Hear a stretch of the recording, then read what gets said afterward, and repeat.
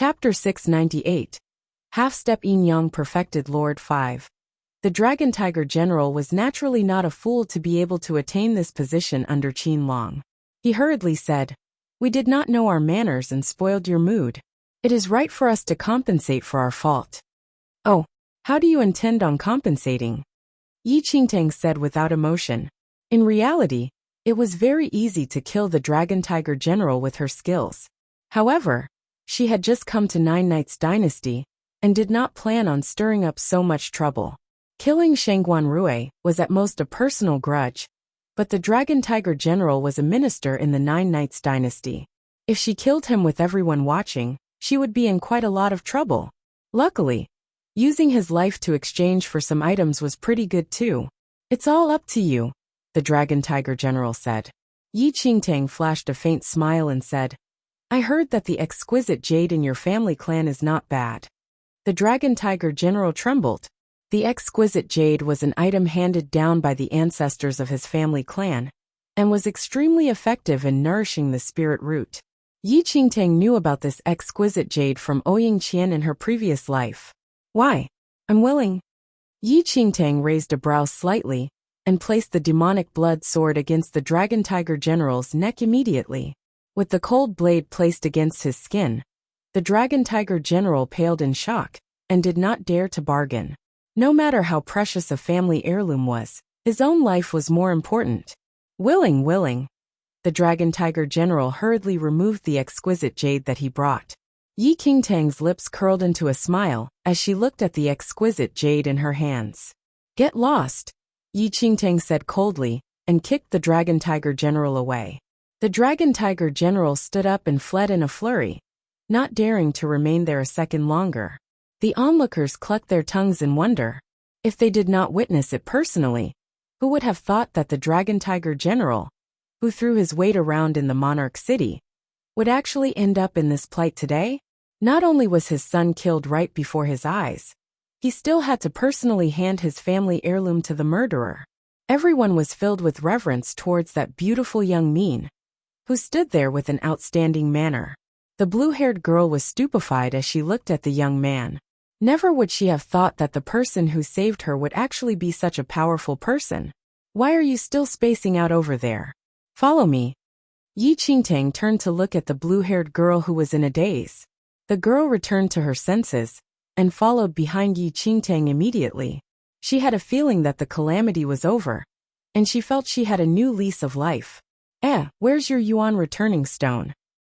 The little white tiger spoke to the blue-haired girl.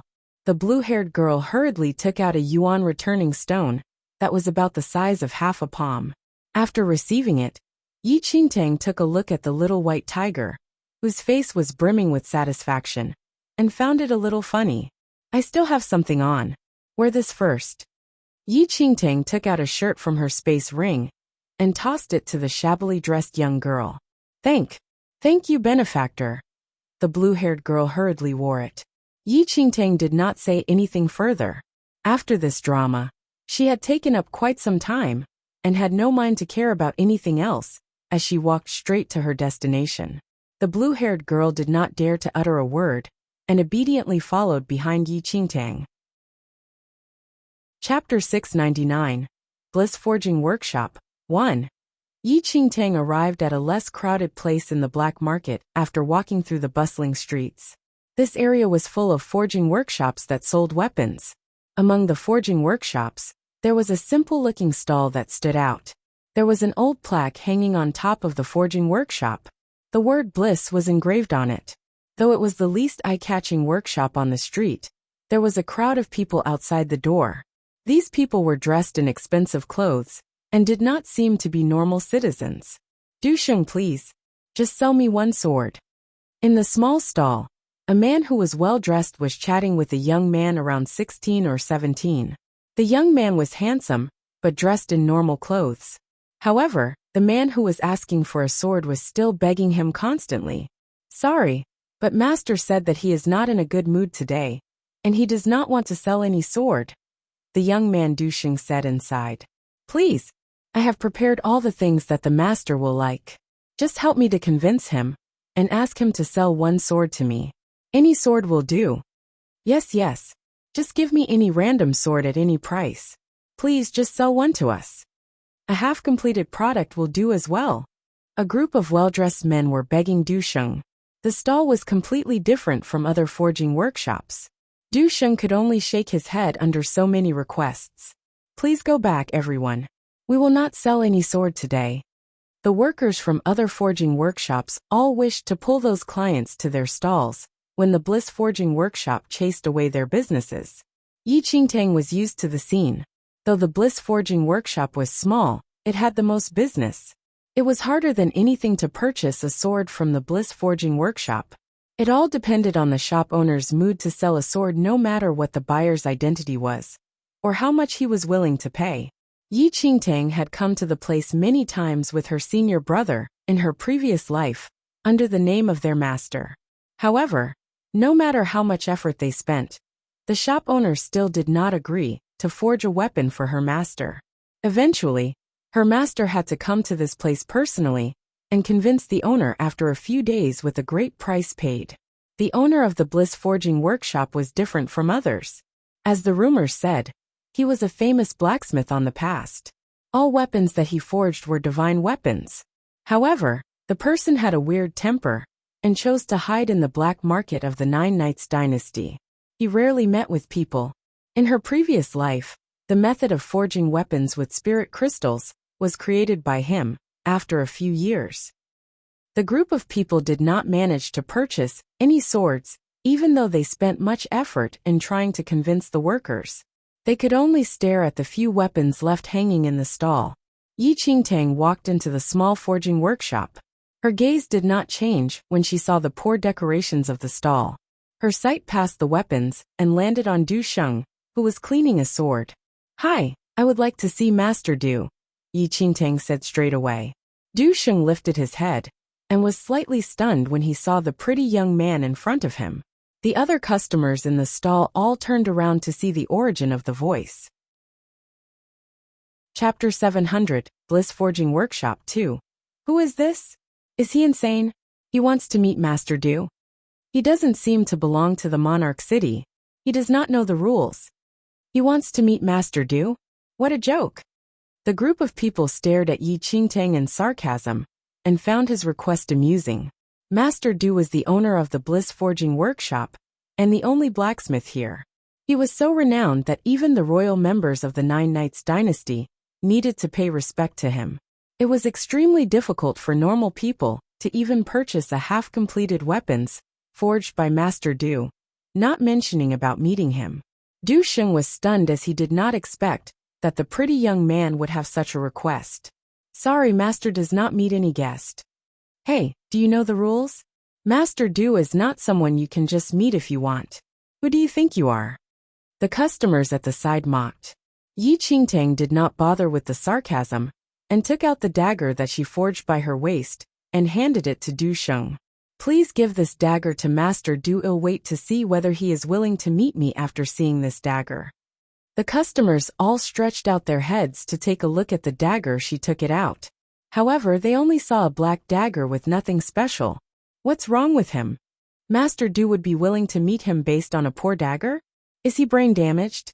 However, Du Sheng's eyes sparkled when he saw the dagger in Yi Qingtang's hand. He was an orphan that Master Du adopted. He learned the forging skills from Master Du all along, and his observation skills were different from those of others. Du Sheng could see that the dagger in Yi Qingtang's hand was definitely not mediocre with just one look. However, he could not tell what was used to forge the dagger. Wait a while. Du Sheng suddenly changed his words. He took over the dagger and walked towards the inner room of the forging workshop. The group of people who were prepared to witness the joke were shocked after Du Sheng took the dagger and rushed away. What is going on? Within a short while, Du Sheng came back with a white-haired elder who seemed to be above 50 years old. The people in the forging workshop were all astonished when they saw the elder behind Du Sheng. Master Du. Master Du came out? What is going on? The group of people were confused and looked at Yi Qingtang in surprise. What is special about that dagger? How could the dagger invite Master Du out? Yi Qingtang was calm. She had forged the dagger personally with a spirit crystal. Any skilled blacksmith would be able to see that the dagger was special. The method of forging weapons with spirit crystals was created by Master Du in her previous life. In this life, Master Du had yet acquired the method. Yi Qingtang was sure that she would be able to invite Master Du out with the dagger. "Master, this is the owner of the dagger," Du Sheng said softly in respect. Master Du's sight then landed on Yi Qingtang. His experienced and sharp sight sized up the young man with extraordinary disposition. Chapter 701, Bliss Forging Workshop 3. At the moment, a well-dressed young man suddenly stepped forward and walked in front towards Master Du. "Master Du, I'm Chu Yi from the Tiangang sect. Today, I'm here to meet you in the name of my master," the young man explained slowly. Master Du's sight then landed on Chu Yi. The rest in the forging workshop looked at Chu Yi in awe when they heard that he was a Tiangang sect disciple. Tiangang sect was a super sect of the Nine Knights dynasty. Its ability could be compared to that of the Falling Sky Valley. People who were able to enter the Tiangang sect were extremely talented. "My master has sent a letter previously. May I know whether Master Du has received that?" Chu Yi smiled and asked. Master Du nodded his head slightly. Seeing the Tiangang sect disciple Chu Yi, others interpreted Master Du's response differently. Previously, they thought that Master Du was invited out by the dagger of the unknown young man. Now it seemed that they were thinking too much. When Du Sheng was introducing Yi Qingtang to Master Du, his voice was soft. Thus, no one else heard that besides the two of them. Now, as they saw Tiangang sect disciple Chu Yi go forward, they all credited Chu Yi for inviting Master Du out. Chu Yi also thought that way. "It's my pleasure to be able to meet Master Du today. My master wants you to help him to forge a sword. My master said that as long as you are willing to do so, he will offer a few 100 kilograms of black gold meteoric iron," Chu Yi said respectfully. The moment Chu Yi finished his words, gasps sounded throughout the forging workshop. How precious was black gold meteoric iron! It was almost impossible to find any weapon forged using black gold meteoric iron in normal forging workshops. A few kilograms of black gold meteoric iron could not be calculated by money. Only a super sect like the Tiangang sect would be able to offer a few kilograms of black gold meteoric iron at one shot. Everyone's eyes were filled with joy. How lucky they would be if they could get a weapon forged using black gold meteoric iron. No wonder Master Du came out personally. The price that the Tiangang sect offered was too tempting. Black gold meteoric iron? Master Du's face was expressionless. "Yes," Chu Yi nodded. "I'm not short of black gold meteoric iron, and am not interested in forging any weapon for your master. If you do not have other things, please leave." Master Du waved his hand impatiently. His words shocked Chu Yi and everyone else. "Master Du, what do you mean? Did you not agree to forge a weapon for my master?" Chu Yi panicked as he did not imagine that he would receive such an answer. "When did I agree to that?" Master Du frowned. "You received my master's letter, and the letter also explains my master's intention. Did you not agree to my master's request, since you came out personally today?" Chu Yi said. Chu Yi was stunned. The letter clearly explained his master's request, and said that he would be here at this time. He thought that Master Du must have agreed since he came out personally. However, he did not expect Master Du to reject his request. Master Du frowned and took a glimpse at Chu Yi. "How does coming out here have anything to do with your master? Who said that I walked out because of your master?" Chapter 702, Black Gold Meteoric Iron 1. Chu Yi opened his mouth wide, and did not manage to say anything after a long while. The reason why Master Du came out now was not due to his master's letter? Besides Chu Yi, others in the forging workshop were all confused by Master Du's changing temper. Master Du was apparently out of patience to talk to Chu Yi anymore. He walked past him and reached in front of Yi Qingtang. "Young man, where did you get this dagger?" Master Du suddenly took out the dagger that Yi Qingtang handed over to Du Sheng previously. He stared at Yi Qingtang with sharp eyes. Everyone else in the forging workshop was stunned after hearing Master Du's words. They all stared at Master Du in disbelief, and their sights landed on the pretty young man again. It seemed like they were staring at a ghost. "What is going on?" Master Du really came out because of this guy? And not the Tiangang sect elder's letter? I forged the dagger by myself, Yi Qingtang said and looked at Master Du. Master Du lifted his eyebrows, and his eyes were full of suspicion. Master Du had scrutinized the dagger. Both the forging technique and the details on the dagger were considered perfect. Even someone like him who was so strict also could not find any flaw. However, the young man in front of him was at most 15 or 16. How could he be the blacksmith that forged such a perfect dagger? Young man, you said that this dagger was forged by you? Do you know what the material of the dagger is? Master Du asked. Black gold meteoric iron, Yi Qingtang said. Black gold meteoric iron?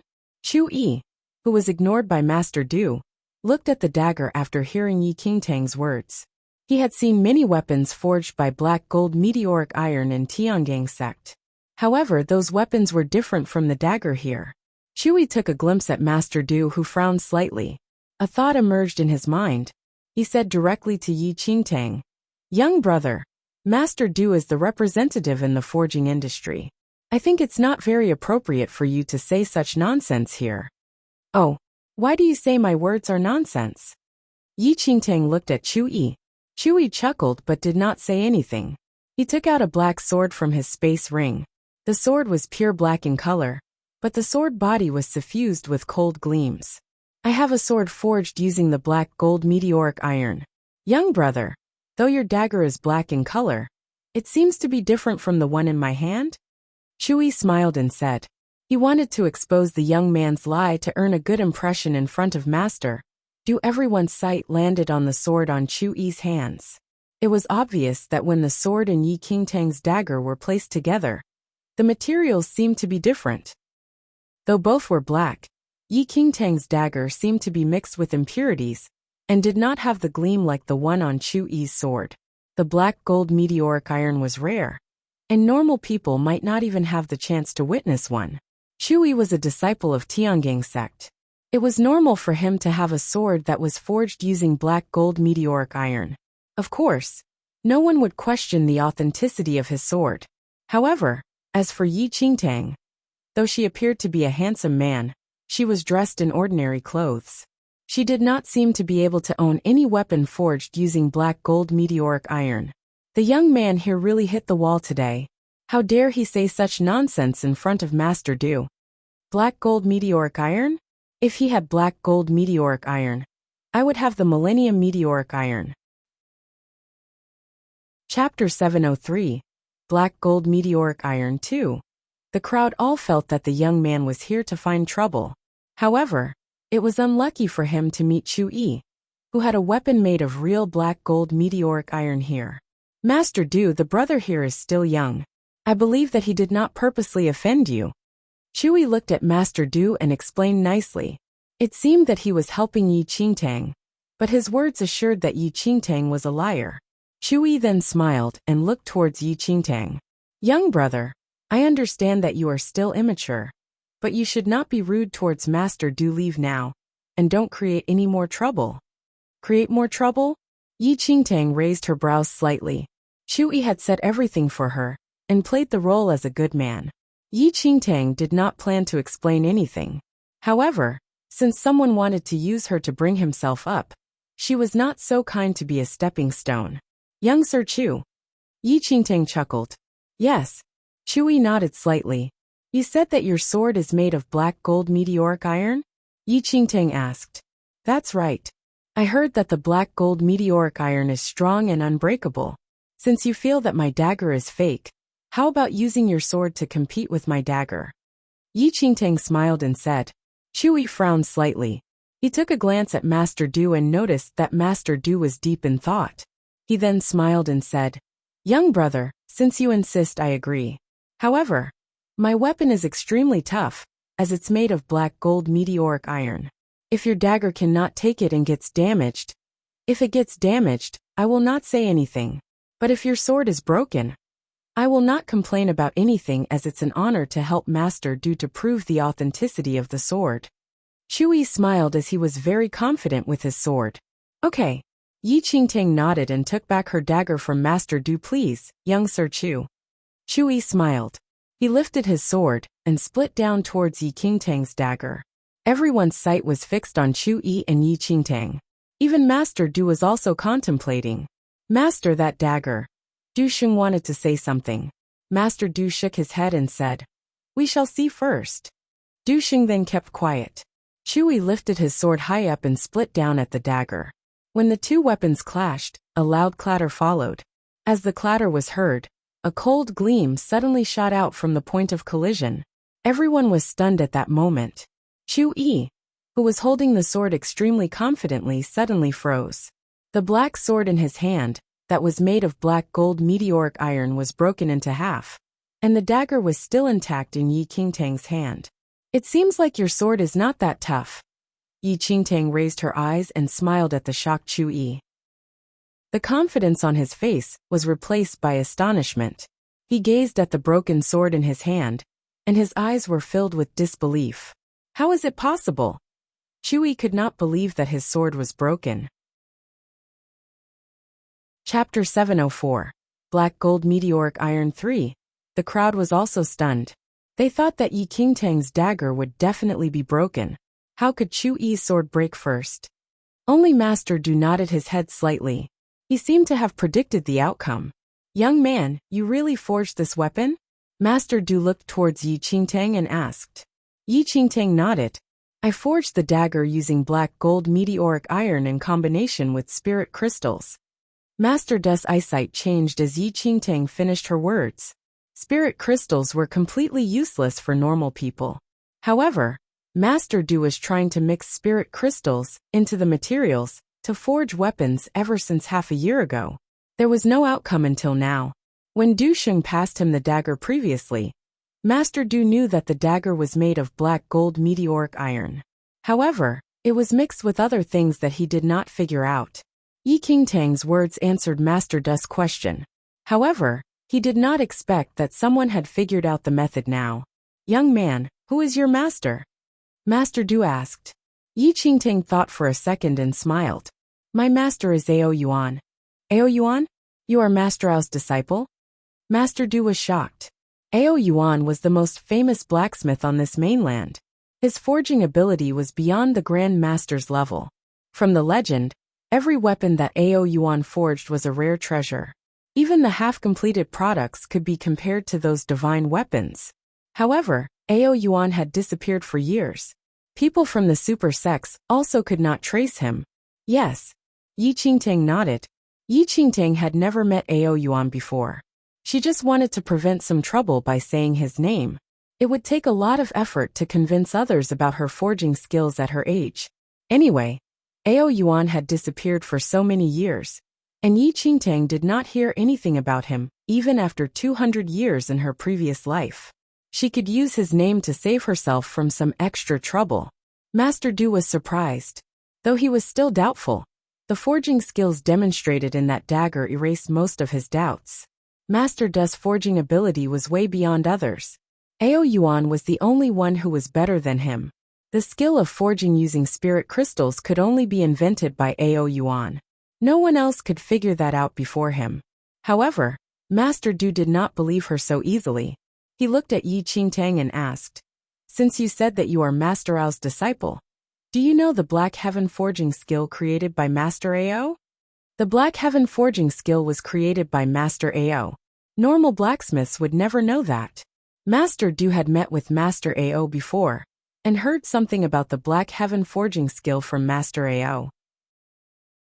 Yi Qingtang smiled gently and said, "The Black Heaven forging skill that Master created uses the extraordinary flame as the foundation. The key part is the process of quenching." Yi Qingtang explained fluently. She heard about the Black Heaven forging skill on the second mainland in her previous life. Though Ao Yuan's forging skill was superior, it was only limited to this mainland. There were many more skillful blacksmiths on the second mainland. His Black Heaven forging skill was not something significant to Yi Qingtang, who lived for 300 years in her previous life. Chapter 705, Forging 1. You really are Master Ao's disciple? How is Master Ao recently? Master Du asked. Everything is good. Yi Qingtang fooled Master Du, but her face was still calm. Master Du and Yi Qingtang were chatting with each other, but Chu Yi, who wanted to look down at Yi Qingtang, was now pale. He stared at the broken sword in his hand and listened to the conversations between Yi Qingtang and Master Du. He could feel cold sweat running down his back when he heard that Yi Qingtang was Ao Yuan's disciple. If Master Du was the finest blacksmith in the Nine Knights dynasty, Ao Yuan would be the god of forging on this mainland. Chu Yi could never imagine that the mediocre young man would be Ao Yuan's disciple. May I know what brings you here today? Master Du looked at Yi Qingtang and smiled. I want you to help me to forge a sword, senior, Yi Qingtang said directly. What kind of sword? Master Du was curious. As Ao Yuan's disciple, he should not need others to help in forging.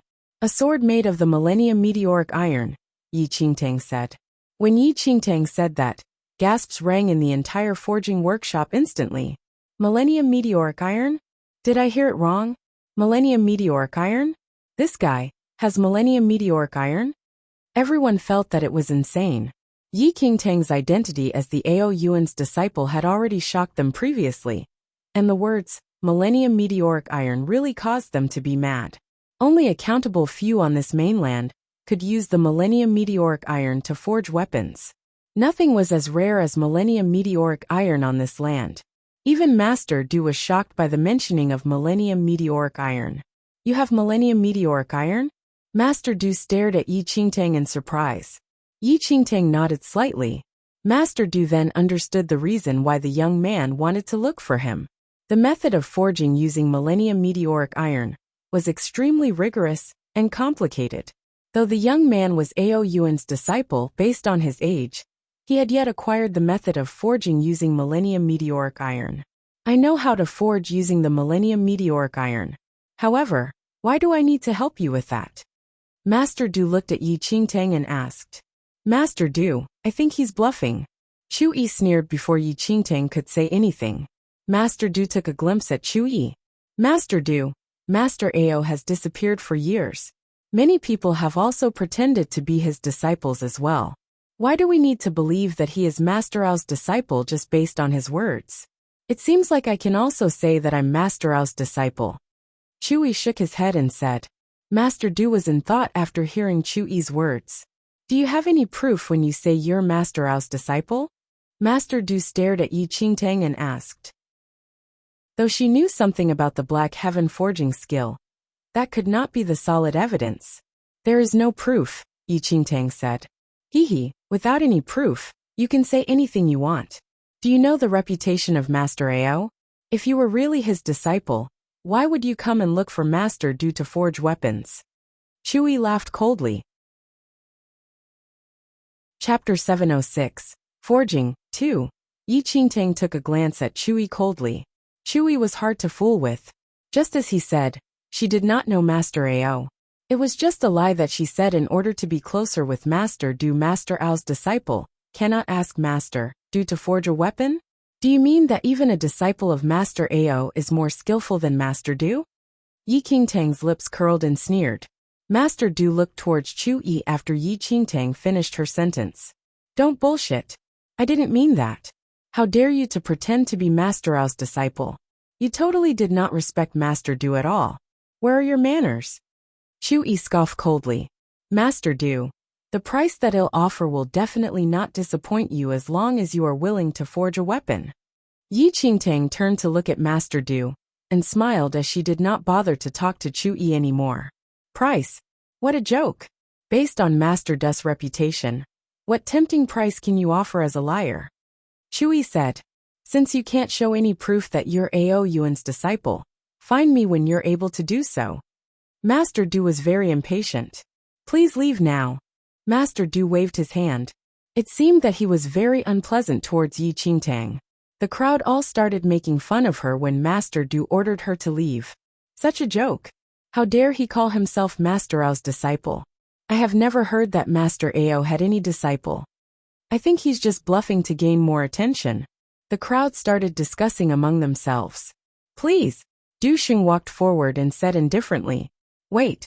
Don't you want to know what my price is, Master Du? Yi Qingtang smiled. It seemed that she was not bothered by Master Du's attitude at all. However, Master Du did not say anything. He did not even bother to look at Yi Qingtang. Leave now. We're not interested no matter what you're offering, Du Sheng said impatiently. Is it? How about Millennium Meteoric Iron? Yi Qingtang's lips tugged up. Du Sheng was stunned after hearing Yi Qingtang's words. He looked towards Master Du instinctively. The Millennium Meteoric Iron was a rare forging material. It was very limited on this mainland. Almost no one was willing to use it to forge a weapon or Dharma treasure. If yellow-grade weapons could be mixed with a little amount of Millennium Meteoric Iron in forging, they could be top-grade yellow-grade weapons. Thus, there were no words that could describe how rare the Millennium Meteoric Iron was. Even the Bliss Forging Workshop did not own any Millennium Meteoric Iron. Master Du took a glance at Yi Qingtang. He sneered and did not speak. Ha ha ha, that's another lie. He lied that he was Master Ao's disciple, and that he owned the Millennium Meteoric Iron. Now that his lie was exposed, he still claims that he has the Millennium Meteoric Iron. I don't believe that he can really take out Millennium Meteoric Iron. What a joke! Even the Bliss Forging Workshop does not have any Millennium Meteoric Iron. Millennium Meteoric Iron could make yellow-grade weapons into top-grade, with just a few grams mixed. Chapter 707. Forging 3. Master Du stared at Yi Qingtang coldly, but did not say anything. From his perspective, Yi Qingtang was just bluffing. Even Master Ao himself might not own a few grams of Millennium Meteoric Iron, not mentioning Master Ao's disciple. Master! Du Sheng looked towards Master Du. Master Du sneered. Du Sheng, do you believe that he has Millennium Meteoric Iron? Du Sheng shook his head. Du Sheng had followed Master Du since he was young. He learned many forging skills, and he was very clear what Millennium Meteoric Iron was. How dare you to continue bluffing here? Since you say that you have Millennium Meteoric Iron, I'll give you a chance. Take out your Millennium Meteoric Iron now. If you don't have any, I will not go easy on you. Chui shouted in anger. Yi Qingtang sized up Chui and uttered coldly. Who are you? You don't even deserve to have a look at the Millennium Meteoric Iron. You are seeking death. Chui suddenly raged after hearing Yi Qingtang's words. With a clang, his sword was pulled out by his waist. How dare you? Do you know what place this is? If you want to fight, go outside. Before Chui made the next move, Du Sheng rebuked. Chui kept his sword back into the scabbard when he realized that he lost control. He folded his fists and said towards Master Du. Please forgive me, Master Du, I just could not tolerate him bluffing in front of you. Master Du did not say anything. Master Du, is this enough? Yi Qingtang did not bother to confront Chui.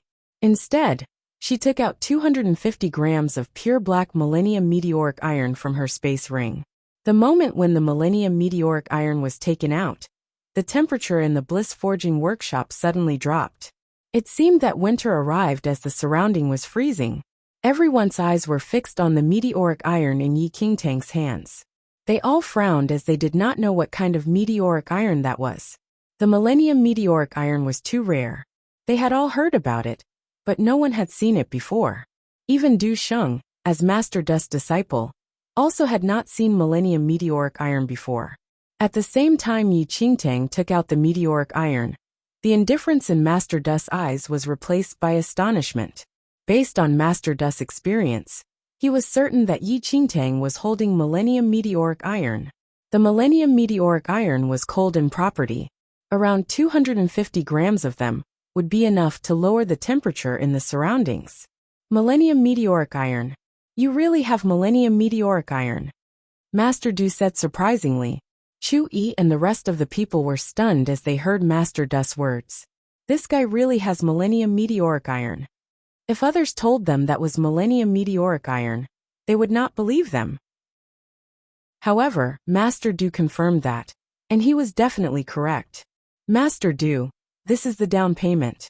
If you're willing to help me to forge a weapon, I will offer another 250 grams, Yi Qingtang said and smiled.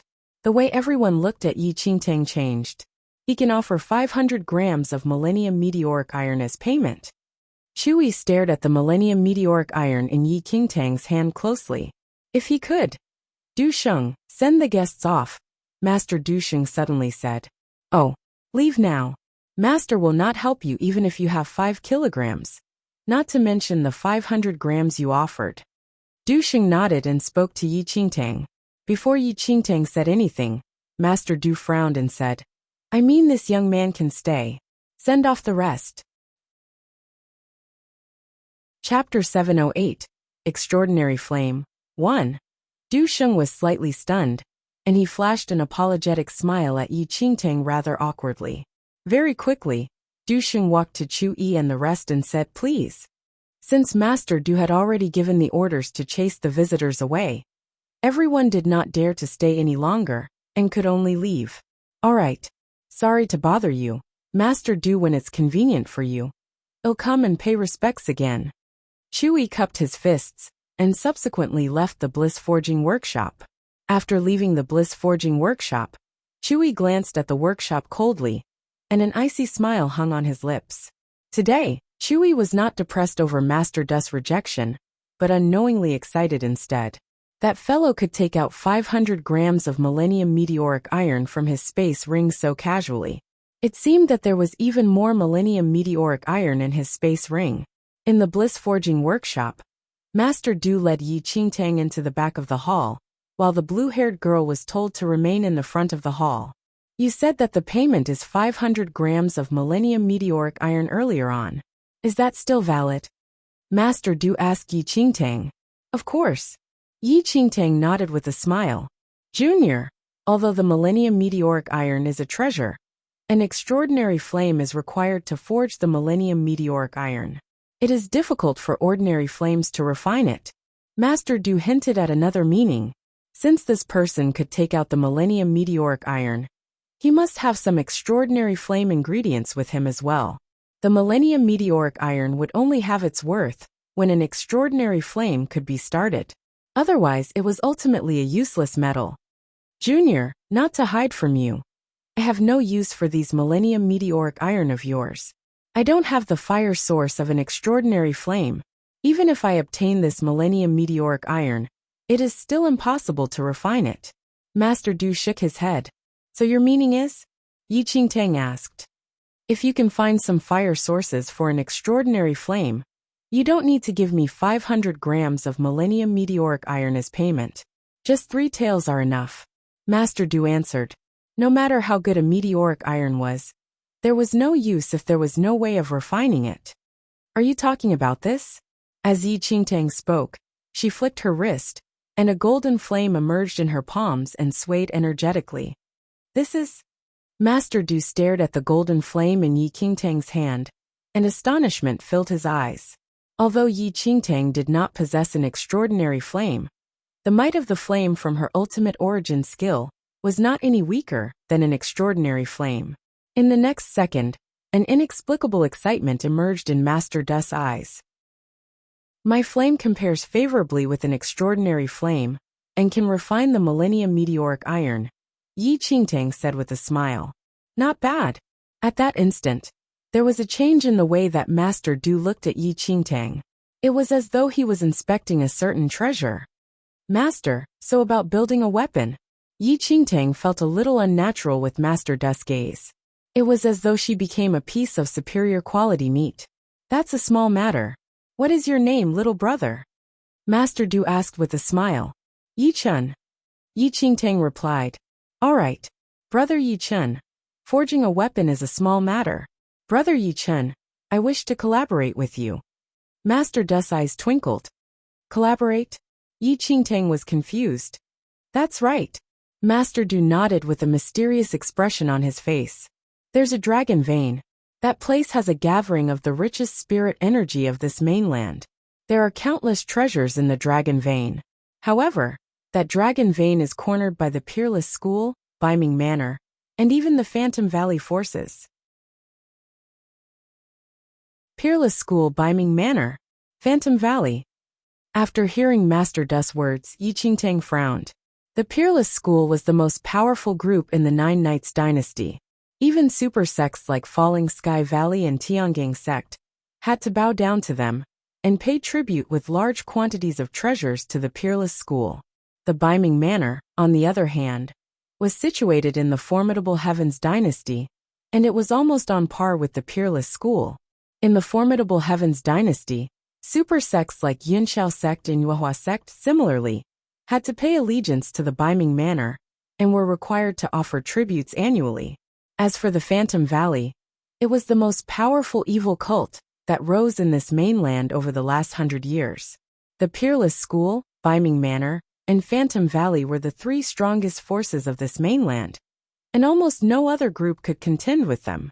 In her previous life, Yi Qingtang once heard that the Valley Master of Falling Sky Valley was severely injured by an ordinary warden of the Peerless School. From this, the horrifying capabilities of these three forces could be seen. As for the Dragon Vein, Yi Qingtang had never heard of it before. However, speaking accurately, there was indeed a force that placed above these three great forces. That was the Antiquity Palace. However, although the Antiquity Palace commanded a respectable position, it never got involved with worldly matters, as though it was completely outside the world. Yi Qingtang lowered her head instinctively and looked at the ring that was forcefully put on her finger by a certain palace lord. A chill ran down her spine, and she immediately swept the Antiquity Palace out of her mind. She did not wish to meet that someone ever again in her life, as her heart of the demon god might just be exposed any time otherwise. Brother Yi Chun, it's said that carcass of an ancient demon lays in the dragon vein. The spirit energy all around is gathered and condensed into millions of destinies and treasures. Even a complete earth-level weapon, as said in legends, exists there too. Master Du was agitated. If one had the skills to control a complete earth-level weapon, he could easily destroy the Nine Knights Dynasty territory with just the wave of a hand.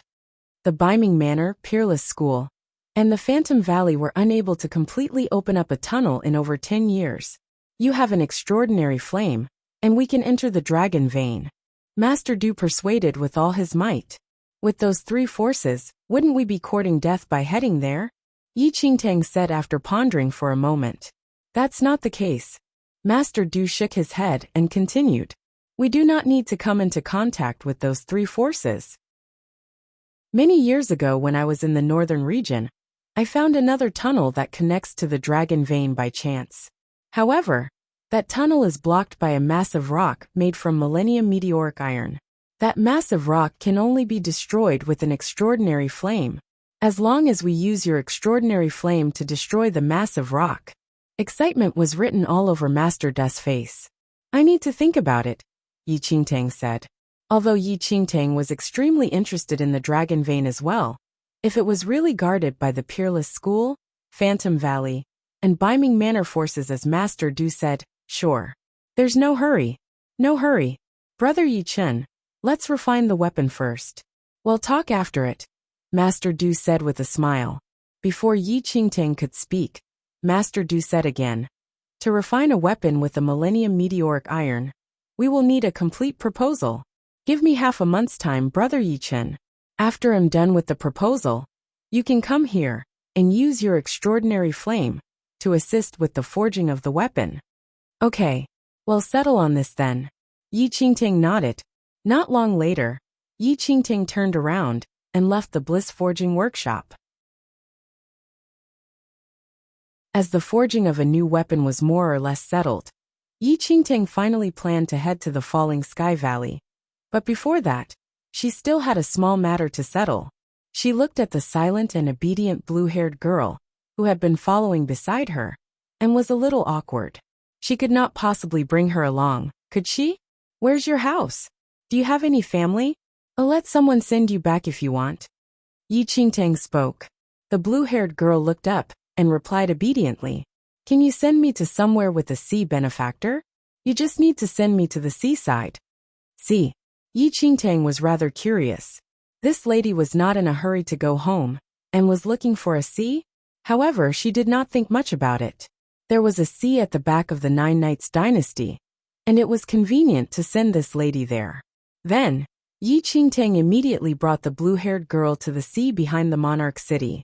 The surface of the vast sea sparkled, and the sea breeze was refreshing.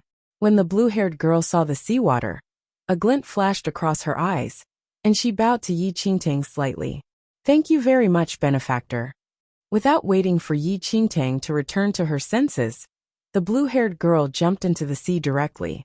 Once the blue-haired girl entered the water, her legs suddenly turned into a gleam of light without delay.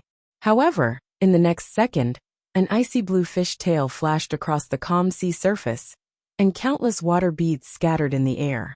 In the reflection of sunlight, the water beads glistened in the colors of the rainbow. Yi Qingtang was dazed.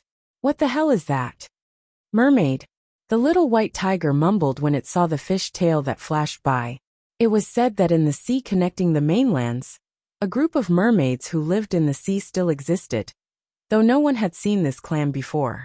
Yet unexpectedly, Yi Qingtang rubbed her temples in speechlessness. What exactly did she rescue?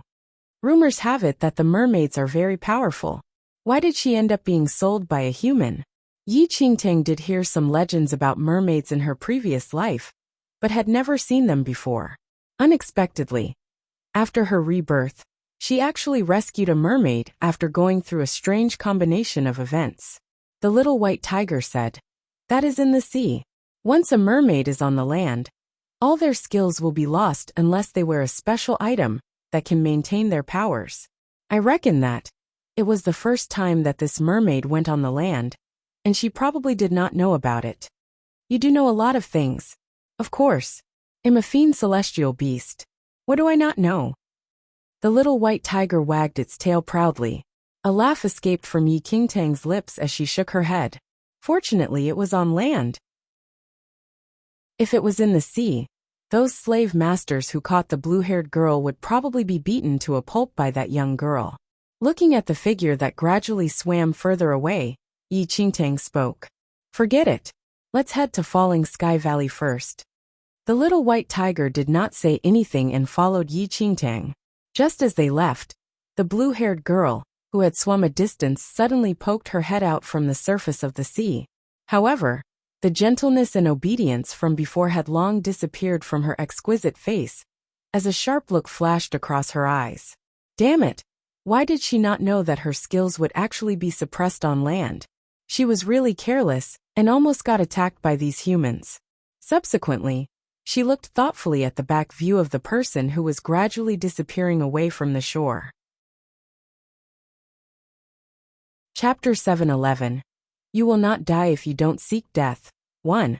After returning into the Monarch City, Yi Qingtang brought the little white tiger straight to Falling Sky Valley. She had the Millennium Meteoric Iron in her hands, and was acquainted with Master Du now. It seemed that there should not be any problem to enter Falling Sky Valley.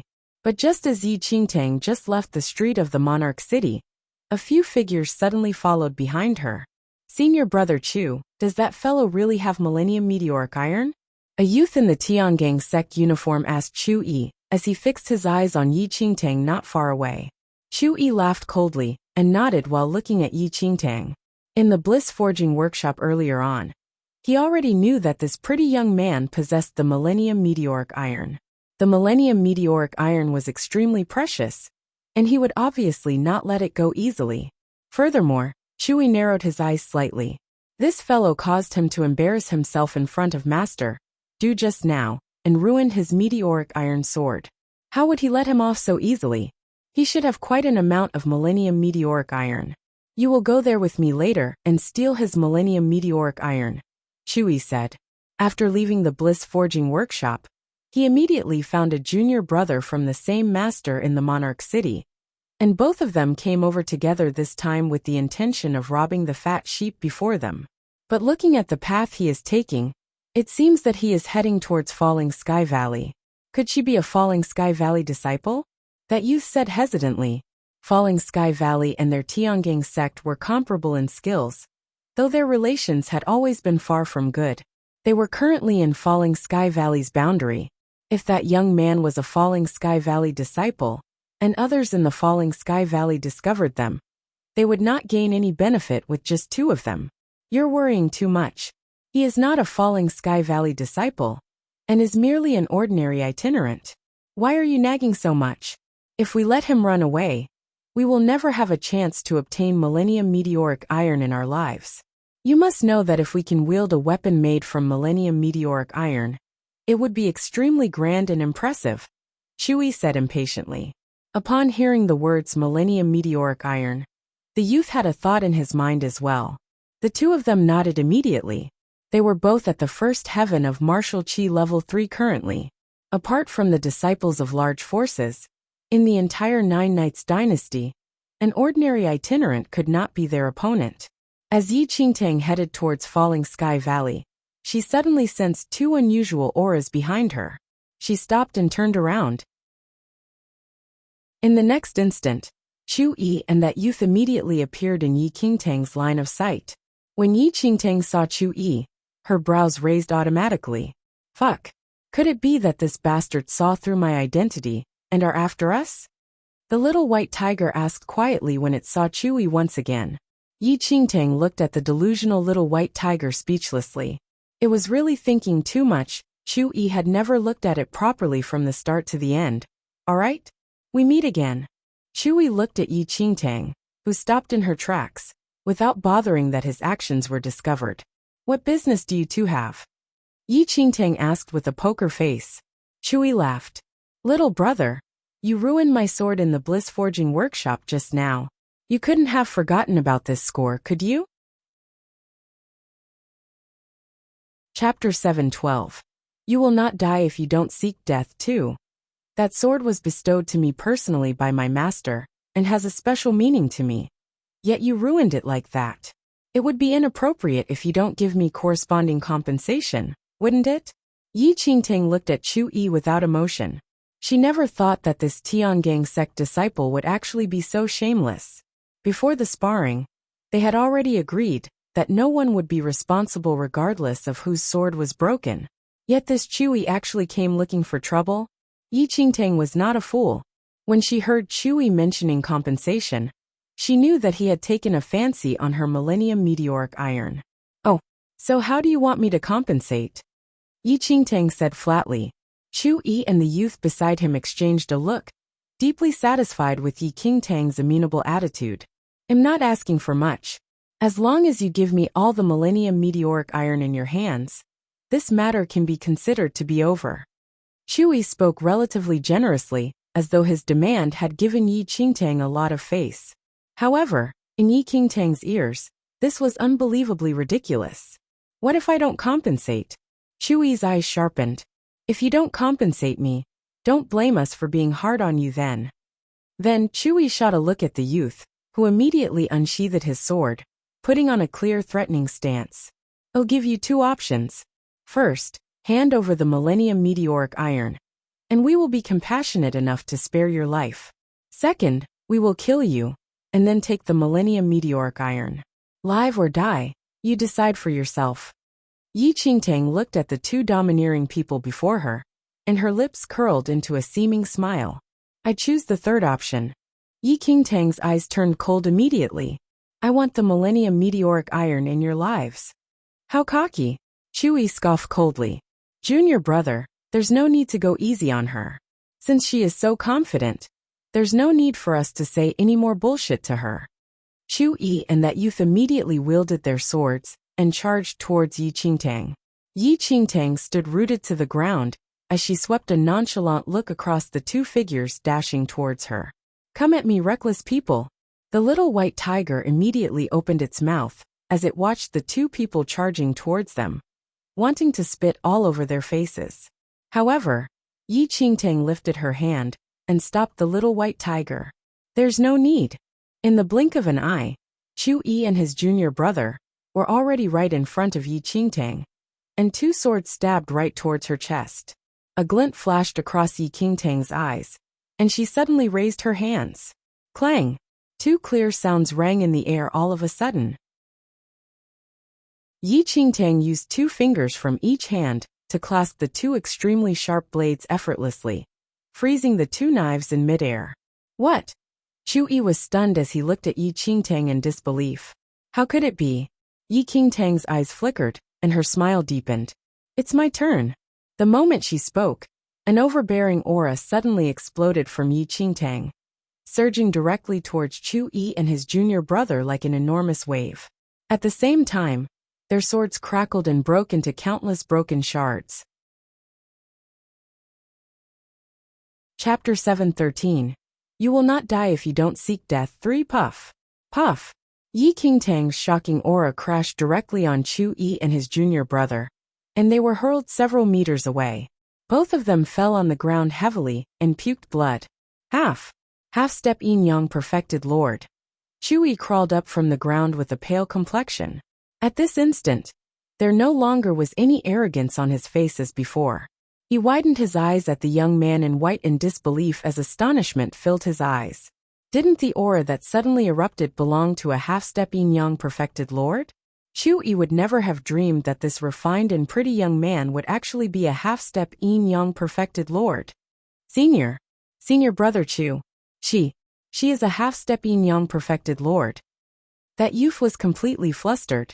They originally thought that their target was an ordinary young man, but unexpectedly, she was actually a domineering half-step Yin Yang perfected lord. Given their cultivation levels, how could they contend against such a powerful figure? Run! All color had long been drained from Chu Yi's face. He never thought that the person he belittled would actually be a half-step Yin Yang perfected lord. If he knew that from the start, he would not have dared to offend her no matter how bold he was.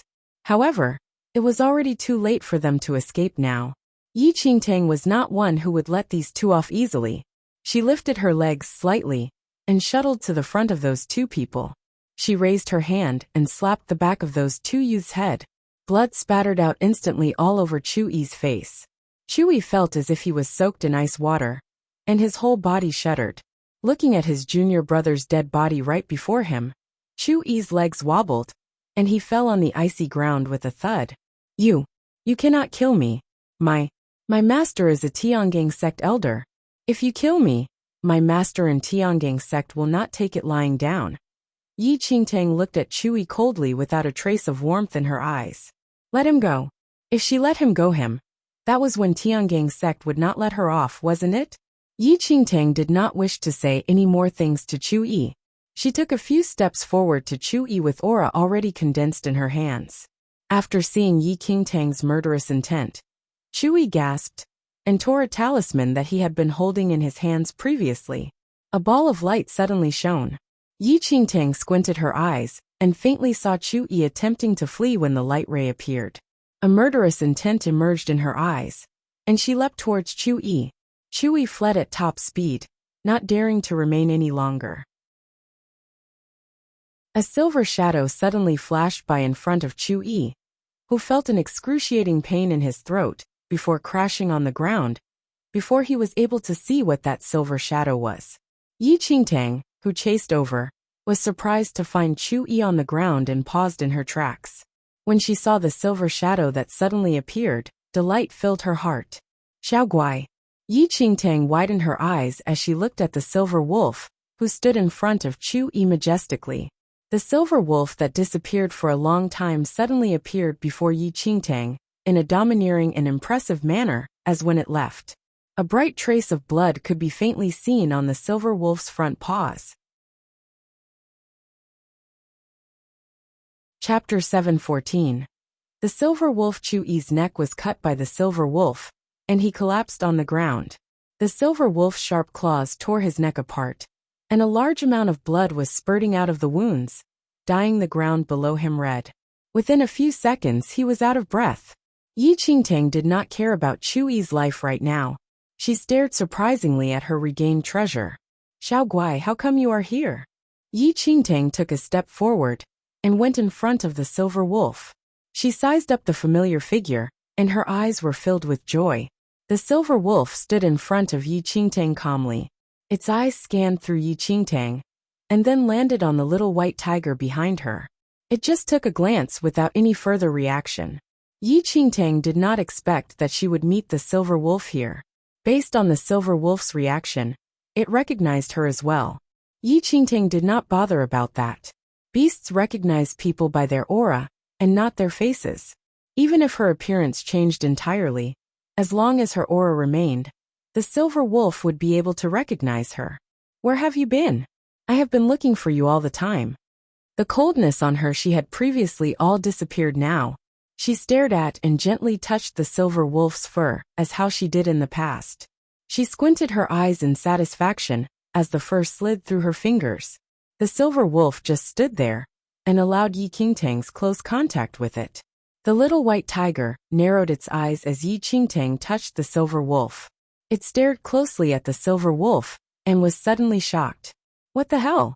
How could it be this guy? The same time the little white tiger figured out something, the silver wolf's eyes met with its eyes. The little white tiger trembled as it could sense the warning from the silver wolf's eyes. The little white tiger felt complexed as it stared at the close interaction between the silver wolf and Yi Qingtang. She doesn't feel weird at all. While Yi Qingtang was immersed in the joy of the silver wolf's return, she did not notice that there was a man dressed in Tiangang sect's clothes standing in the woods 100 meters away. He stared at the corpses of his senior brothers in terror. He received Chu Yi's call earlier, but he was busy with something else and arrived slightly later. However, when he reached the place, he witnessed how Chu Yi was killed by the silver wolf. The Tiangang sect disciple was afraid that he would be exposed.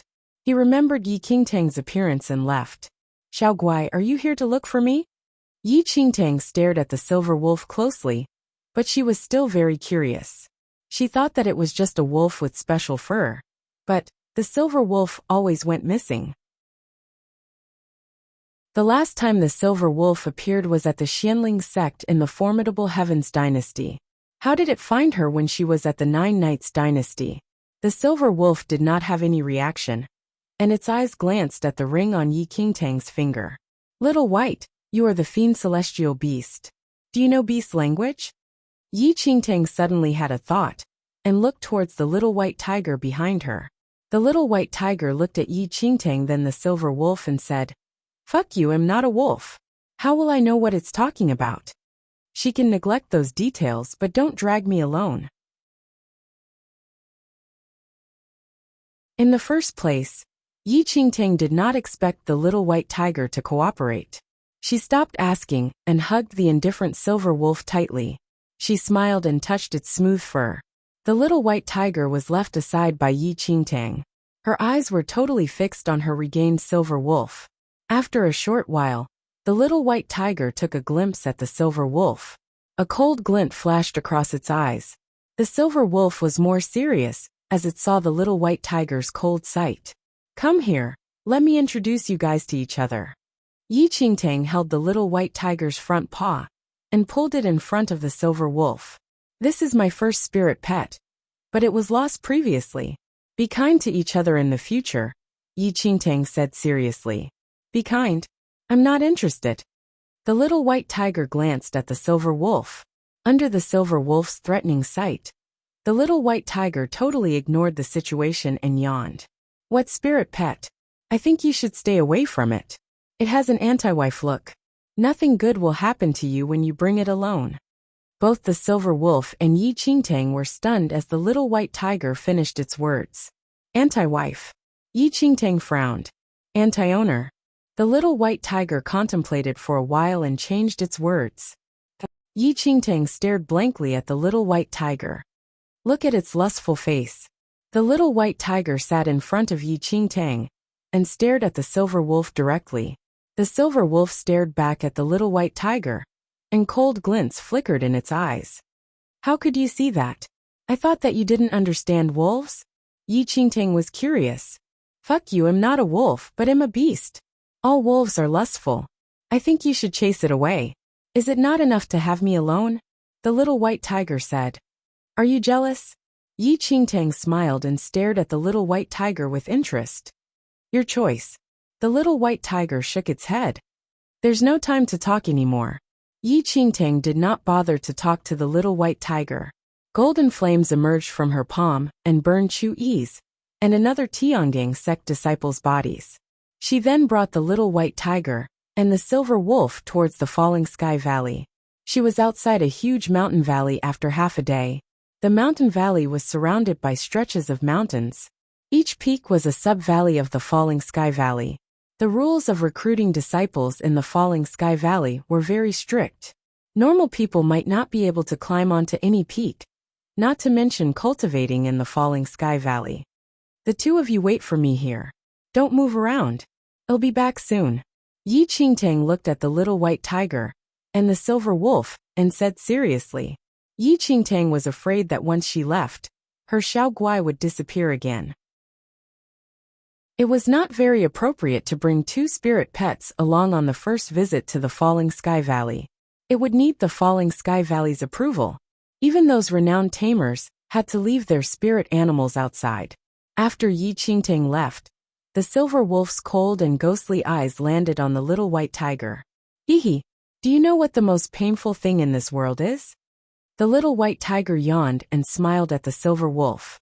The silver wolf was expressionless and did not seem to be interested enough to reply. The little white tiger smiled again and said, "The most painful thing is knowing the truth before others, and no one understands. The more you know, the cleverer you are than the rest, and the lonelier you will be. Am I correct, demon god of the earth?" Chapter 7:16. The Silver Wolf 3. After hearing the little white tiger's words, cold glints flashed in the silver wolf's eyes. Its intense aura seemed to be able to enclose the entire world. Everything would tremble in fear under the aura. However, the little white tiger was calm and did not seem to be affected at all. You are the demon god, the supreme one in the demons. However, you evolved from demonic beasts. As for fiend celestial beasts, we are the paragon in the demonic beasts. My father was the emperor of the fiend celestial beast. There were 4 paragon fiend celestial beast: primordial divine dragon, savage rosefinch, 9 heaven tortoise, and the celestial white tiger.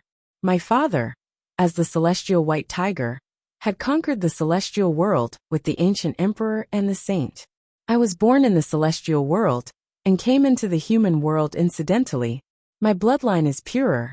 I'm the paragon fiend celestial beast, which surpasses the bloodline of a normal celestial white tiger. Your threatening does not work on me. The little white tiger stared at the silver wolf and said, "However, you are the most outstanding demon god in the human world when compared to the previous demon gods. As a demon god, if you want to leave the human world and enter the celestial world, you need to go through 81 calamities. I think the most you have gone through is around 70 calamities." However, before the little white tiger could finish its words, the silver wolf smashed the little white tiger with its paw. The little white tiger shouted angrily, "Fuck you! How dare you to bully me just because I'm in my infant form? Good. You'll wait for my revenge." The little white tiger shook its butt and turned to walk backward, keeping a distance away from the silver wolf. The silver wolf took a cold glance at the little white tiger and did not move anymore. Yi Qingtang returned after a while. "It beat me just now." The little white tiger jumped into Yi Qingtang's arms immediately. It stared at Yi Qingtang with its round eyes that were full of grievance. "It beat you?" Yi Qingtang was stunned as she saw how pathetic the little white tiger appeared. She looked towards the silver wolf instinctively. However, the silver wolf was indifferent. "Why did it beat you?" Yi Qingtang asked. "Don't you know that tigers do not go well with wolves? That's for water and fire." Yi Qingtang shook her head. "I don't care. It slapped me with its paw. I need to take my revenge." The little white tiger gnashed its teeth. "Go ahead." Yi Qingtang looked at the tiny white tiger, and then the imposing silver wolf. She then wanted to let go of the little white tiger. "Well, I'm a tiger. Why should I be bothered by a wolf?" The little white tiger suddenly shook its head and said rightfully. It could not beat the silver wolf. The little white tiger was still at its infant form. All energy in its body was used up. Any cultivator would be able to beat it. A fiend celestial beast at its infant form was almost useless. "Let's go." Yi Qingtang hugged the little white tiger and waved towards the silver wolf. The silver wolf stood up and shook its fur. It followed Yi Qingtang slowly and walked towards the Falling Sky Valley. Yi Qingtang entered the Falling Sky Valley previously and explained her intention, hoping that she could enter the Falling Sky Valley for cultivation. There would be a specialized warden that would be in charge of Yi Qingtang's assessment. They allowed the spirit animals to follow. Yi Qingtang arrived outside the Falling Sky Valley together with the little white tiger and the silver wolf. After a short while, there was a huge mountain valley in front of them. Many disciples were patrolling outside the mountain valley. "You're here, Brother Yi." The disciple at the front smiled as he saw Yi Qingtang. Previously, when Yi Qingtang reached this place, she offered many things to these patrolling disciples in order to enter the Falling Sky Valley. She also asked them to introduce a warden for her. Chapter 717. Falling Sky Valley 1. Warden Xiong will be here shortly. Please wait for a while. The disciple smiled and said, "Warden Xiong? Is his name Xiong Feng?" Yi Qingtang suddenly asked. Yes. Yi Qingtang had spent quite a long time at the Falling Sky Valley in her previous life. Xiong Feng, Warden Xiong, was someone she knew. Yi Qingtang smiled secretly. Things would be much easier if the man was Xiong Feng. Within a short while, a tall middle-aged man with a full beard came over. The patrolling disciples stepped forward when they saw him. They introduced Yi Qingtang, and then continued with their patrolling duties. Xiong Feng stared at the pretty young man in front of him. His eyes were filled with patience, and he said, "Why do you come to the Falling Sky Valley?" "I am Yi Chen, and I want to enter the Falling Sky Valley as a disciple," Yi Qingtang said directly. When she just finished her words, Xiong Feng's face was extremely impatient.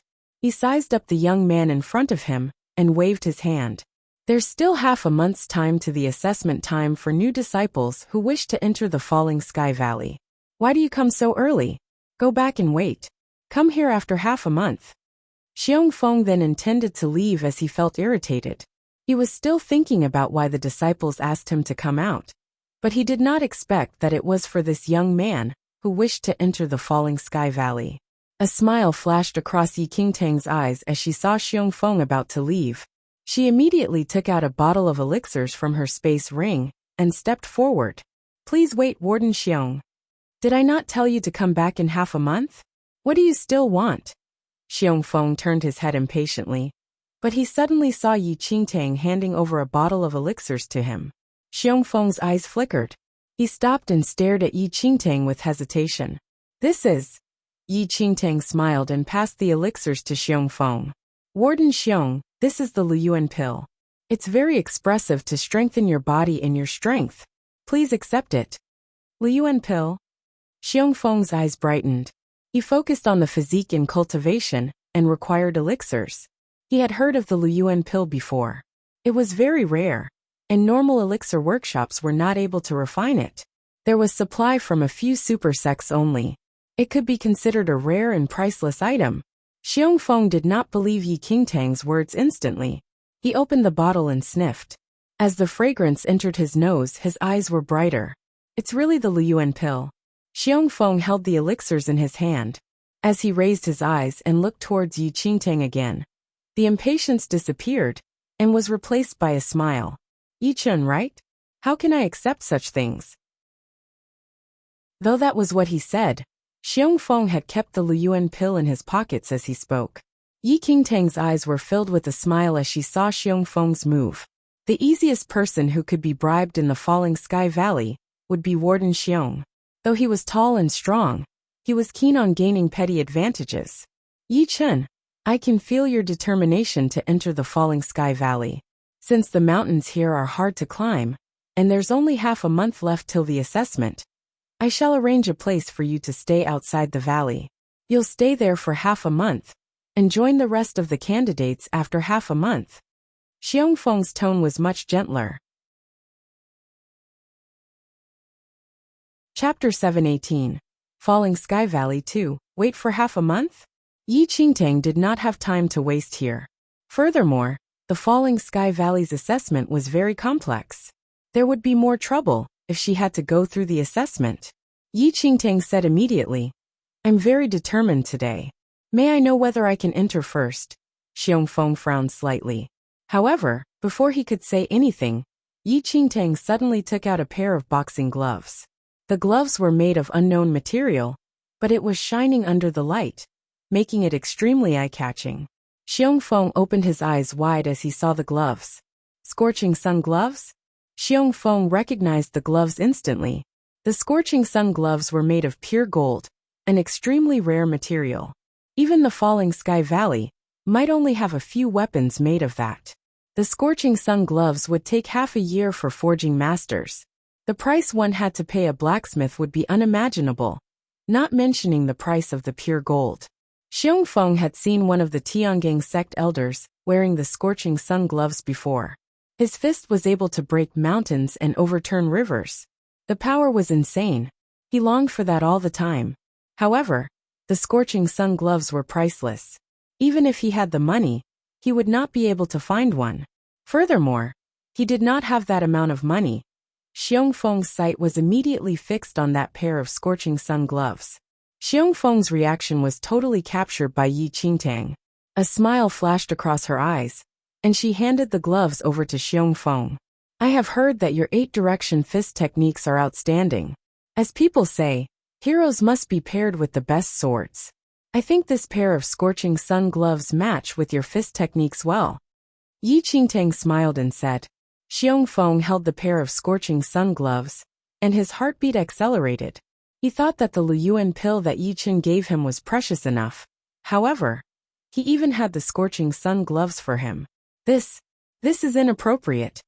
Xiong Feng held the Scorching Sun gloves tightly, but he was still being polite on his words. The Scorching Sun gloves are only suitable for a strong person like you. If they fall into normal people's hands, their potential will not be expressed as well. Yi Qingtang threw out a lot of pretty words that made Xiong Feng feel contented. The Luyuan pill and the Scorching Sun gloves were precious, but Yi Qingtang did not feel pity for them at all. She acquired these things from the disciples' corpses in the hell of Avicenaraka. Besides these two, she still had many precious things from all the sects in her space ring. Yi Qingtang really gained a lot from the hell of Avicenaraka. People would be surprised by any few that Yi Qingtang took out. Then he'll accept them. Xiong Feng smiled and said. He kept the Scorching Sun gloves, and his sight was getting gentler. Young brother, I see that you are in a rush. I will help you to ask the elders in the valley. If you have the ability, it should not be a problem for you to enter early. Xiong Feng was easily convinced after receiving such heavy presents. Furthermore, he guessed that Yi Qin came from some renowned family clan. If not, he would not be able to offer such treasures like the Luyuan pill and the Scorching Sun gloves. Since he was a disciple from a big family clan, his foundation should be pretty good. Yi Qingtang looked at Xiong Feng's blissful expression, and her smile deepened. Indeed, Xiong Feng's character was exactly the same as in her previous life. As long as he was fed fully, it was much more convenient for him to do things. Yi Qingtang immediately said, Thank you, Warden Xiong. May I trouble you to refer me to the Valley Master, please? What? Xiong Feng was excited over the two treasures at hand, but could not help but be shaken when he heard Yi Qingtang. You want to meet the Valley Master? Why? Yi Qingtang said.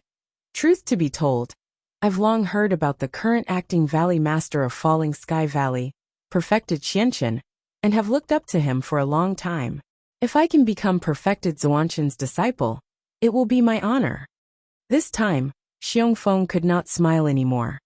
Little brother, this is a little hard already. Our Valley Master has not accepted a disciple for many years. Even if you look up to him, I'm afraid it will be difficult for you to get what you want. Xiong Feng originally thought that Yi Qingtang merely wanted to enter Falling Sky Valley as soon as possible. Thus, he agreed to her request. Given Yi Qingtang's situation, there should not be any problem in gaining an elder's approval and be permitted to enter the valley. Yet, unexpectedly, the person she wanted as her master was actually their acting Valley Master, Perfected Qianqian. Ever since their old Valley Master was heavily injured and was recuperating, Perfected Qianqian became their acting Valley Master, and his position in Falling Sky Valley was naturally different from before. Moreover, he had not accepted a disciple for many years, and many geniuses who wanted to become Perfected Zuanshan's disciple were all rejected. Little brother, it's best if you don't think about that. It's alright as long as you enter Falling Sky Valley, but as for our Valley Master, you can forget about it. Xiong Feng accepted many things from Yi Qingtang, and could only persuade her instead of being too tough. However, Yi Qingtang had made up her mind long ago. The purpose of coming to Falling Sky Valley was to become a disciple under perfected Qianchen. She did not say anything, and retrieved an armor from her space ring straightforwardly. Once that armor was taken out, Xiongfeng was giddy by the sight. It was a dark green armor with golden fine lines all over the armor, which sparkled under the sunlight, extremely eye-catching. Xiongfeng could not notice anything else at that moment, as he was in a daze by the shining armor. Golden Moon armor. Xiongfeng naturally heard of the name of this armor before. If the Scorching Sun gloves was a valuable treasure, this Golden Moon armor could only be described as rare. Do you like this Golden Moon armor, Warden Xiong? Yi Qingtang said with a smile as she watched Xiongfeng's reaction in satisfaction. Yes, of course I like it. Xiongfeng nodded repeatedly, and was only short of gluing his eyes on that armor. If you can refer me to the Valley Master, regardless of whether the Valley Master is willing to accept me as a disciple, this Golden Moon armor can be considered as a fee for your hard work, Yi Qingtang said generously. Xiongfeng was about to tear up from the agitation. He had only seen this Golden Moon armor in paintings, and had never thought that he could lay his hands on it. It was only possible for such a treasure to be possessed by someone at an elder level. And a warden like him did not even have to think about it. What exactly is this fellow's background? First the Luyuan pill, then the Scorching Sun gloves. And now, even the Golden Moon armor is out. Could she be Ouyang family clan master's illegitimate child? Chapter 720, Apprenticeship, 1. Yi Qingtang was not an illegitimate child of the Ouyang family clan. This Golden Moon armor was merely found from a super sect elder's space ring, when she was in the hell of a Visanaraka mystic realm. Although this item was good, it was too large for Yi Qingtang, and there was no way she could wear it given her size. Furthermore, given Yin Yang Perfected Lord's current half-step Yin Yang Perfected Lord state, this item was not a must either. She was just offering a present provided by others to achieve her goal, and this was the true value of the Golden Moon armor. Xiongfeng hesitated. He indeed wanted this Golden Moon armor very much, and what Yi Qingtang said earlier caused his heart to waver. There's no issue with helping to refer you, but you also know that our Valley Master has not accepted any disciple for a long time. If you want to become his disciple, I reckon that it's not so simple. I've already said that regardless of whether it is successful, this Golden Moon armor is yours, Yi Qingtang said readily. Xiongfeng clenched his fist secretly. Yi Qingtang had already put it that way. If he refused, wasn't he a fool? All right, I'll help you to refer him then. As for whether the Valley Master is willing to accept you or not, it will be up to you. Xiongfeng finally succumbed to the temptation of the Golden Moon armor. Furthermore, this fellow had already said that it was dependent on his skills whether he could make it or not, and he only needed to refer him, which was nothing much. This fellow has so many treasures, and he must be from a pretty powerful background. If the Valley Master sees her, there should not be any issues either. I'll have to trouble you then, Warden Xiong. Yi Qingtang bowed with a smile as a glint flashed across her eyes. This was the outcome she wanted. All right. You'll follow me into the valley now. I'll bring you to meet our Valley Master. Warden Xiong kept the Scorching Sun gloves and the Golden Moon armor in his space ring cautiously, as an indescribable satisfaction filled him. If the Valley's disciples were all like this little brother Yi Chun in giving away things so extravagantly, wouldn't his life be extremely sweet? Yi Qingtang brought the little white tiger and the silver wolf into Falling Sky Valley. The scenery before her made her recall the various incidents in her past life. Images of her cultivating with her senior brothers and sisters in Falling Sky Valley popped up in her mind continuously, and the figure of her master lingered in the deepest corner of her memory. Very quickly, Xiongfeng led Yi Qingtang to a hall. Xiongfeng paused outside the hall and turned to look at Yi Qingtang. Valley Master is inside. I'll enter the hall and speak to him. Wait outside here. All right. Yi Qingtang nodded. Looking at the hall in front of her, she could not help but recall images of her listening to her masters teaching inside the hall. After giving the orders, Xiongfeng walked straight into the hall. A silver-haired senior was seated in the central seat of the hall. Although that senior's hair was all white, his features did not seem aged at all. He stroked his long beard gently as his deep-set eyes were focused on a scroll on the table. A handsome youth stood beside the senior. When Xiongfeng saw that senior, he immediately bowed and greeted. "I pay my respects, Valley Master. I have something to report." Perfected Xianqin looked up slightly, and was not in a hurry to speak when he saw Xiongfeng, who entered suddenly. Indifferently, he handed the scroll on the table to the youth beside him. "Yen Shu, send this scroll to your eldest senior brother later." "Yes." The youth nodded slightly, received the scroll, and stood aside. Then, Perfected Xianqin turned to look at Xiongfeng. "What is it?"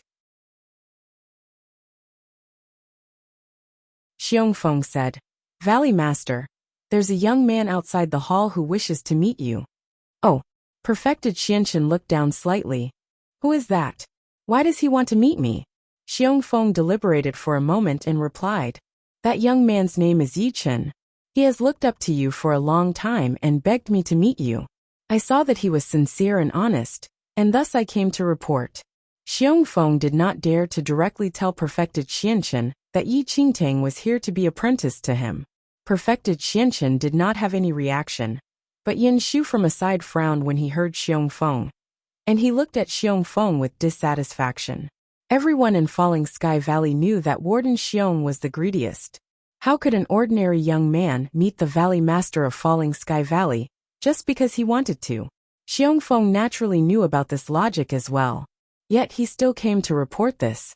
Looking at him, it seemed that he had accepted many good things from the person. Otherwise he would not do such a thing. Yen Shu was dissatisfied but did not dare to say anything as Xiongfeng was a warden, and it was hard for him, a disciple, to argue with a warden. Secondly, Yen Shu looked at Perfected Xianqin and felt a little stifled. Ever since his master became Falling Sky Valley's acting Valley Master, there was quite a lot of noise in the valley. Apart from the Valley Master, there were Peak Masters, and his master was originally a Peak Master as well. After the old Valley Master was severely injured, his master was given the acting Valley Master position. When his master became the Valley Master from a Peak Master, the other Peak Masters were dissatisfied. They showed outward devotion but opposed him in secret. To establish peace and harmony within Falling Sky Valley, his master usually made his disciples give in to disciples from other peaks. As Perfected Zuanshan's disciple, Yen Shu listened to orders. He was very accommodative to others in the valley, and did not stir up trouble. Xiongfeng saw that Perfected Xianqin did not reply after a long time, and added on immediately. "I saw that the young man is pretty gifted and relatively sincere. He holds great admiration for you. That young man is waiting outside the hall right now. Are you willing to meet him, Valley Master?" "He is already outside the hall," Perfected Xianqin said slowly. "Yes," Perfected Xianqin replied. "Forget it. Since he is here already, let him in then." Xiongfeng was delighted when he heard that, but he did not dare to show it on his face. He responded immediately. "Yes. I'll bring him in now." Perfected Xianqin nodded. Xiongfeng immediately exited the hall. As Yen Shu watched Xiongfeng leave hurriedly, his brows furrowed slightly. He looked at his master hesitantly, wanting to say something. Outside the hall, Xiongfeng approached Yi Qingtang with a smile. "Little brother, the Valley Master has agreed to meet you. However, I did not tell him that you're here to be apprenticed to him. You should think of how to tell him when you meet him later." "Thank you, Warden Xiong," Yi Qingtang said. Xiongfeng laughed. "You're too polite. It's also because I saw that you have pretty good natural talent, and didn't want it to go to waste." Yi Qingtang smiled without saying anything. However, the little white tiger aside puckered its lips. "What pretty good natural talent? It should be pretty good bribes instead, isn't it? All right. Follow me into the hall now," said Warden Xiong. "Okay." Yi Qingtang nodded slightly, and let the little white tiger and silver wolf wait outside the hall, while she followed Xiongfeng into the hall. Chapter 722. Apprenticeship 3. In the hall, there was no change in emotion on Perfected Zuanshan's face, as he looked at the young man, who entered with Xiongfeng. "Valley Master, This is the young Sir Yi who asked to meet you, Xiongfeng said respectfully. Yi Qingtang looked at perfected Zuanshan's familiar face, bringing back memories from her past life. When she fled away from Xianling's sect, she was in dire straits for a long time. In a heavy downpour, perfected Xianshan stood under the pouring rain and stretched his hand out towards her. Yi Qingtang stored all the memories in her heart and held back all her emotions. Taking a step forward, she bowed to him sincerely. Yi Chen greets perfected Xianshan. Perfected Xianshan glanced at the young man before him. This young man appeared extremely modest and respectful, and it was just that he had a rather slim frame. Yan Shu frowned at Yi Qingtang, and subsequently looked at perfected Xianshan, who nodded slightly at him. Yi Chen, what are you meeting my master for? When Yi Qingtang saw the cold-looking Yan Shu, there was no annoyance, but rather a trace of a smile in her heart. Senior brother Yan was indeed the same as back then. In her previous life, when Yi Qingtang just entered Falling Sky Valley, perfected Xianshan ordered Yan Shu to help Yi Qingtang familiarize with everything in the valley. When they first met, Yan Shu was cold, but people who knew him were aware that he had an extremely good character. Not only was he deeply respectful towards perfected Xianshan, but he was also very protective of the fellow disciples under his master. When Yi Qingtang entered the valley, Yan Shu often took care of her. He was the epitome of a cold face but warm heart. Yi Qingtang said, I've looked up to you for a long time, and wish to be apprenticed to you as I cultivate. Perfected Xianshan and Yan Shu were both taken aback by Yi Qingtang's words. She was actually here to become apprenticed. Yan Shu clearly did not think that the young man would actually have such a request, and was dumbfounded for quite a while before responding. You wish to become a disciple of my master? Yes. Yi Qingtang nodded. Yan Shu's frown deepened immediately. My master has not been accepting any disciples in recent years. Yan Shu did not have a favorable impression of this young man before him. The reason that this person could see his master was probably because he bribed Xiongfeng. Although Yan Shu knew that bribery was common among powerful forces, he was extremely repelled from it due to his nature. Where exactly did this fellow jump out from? Did he really think that he could become a disciple of his master after bribing a Falling Sky Valley warden with some random things?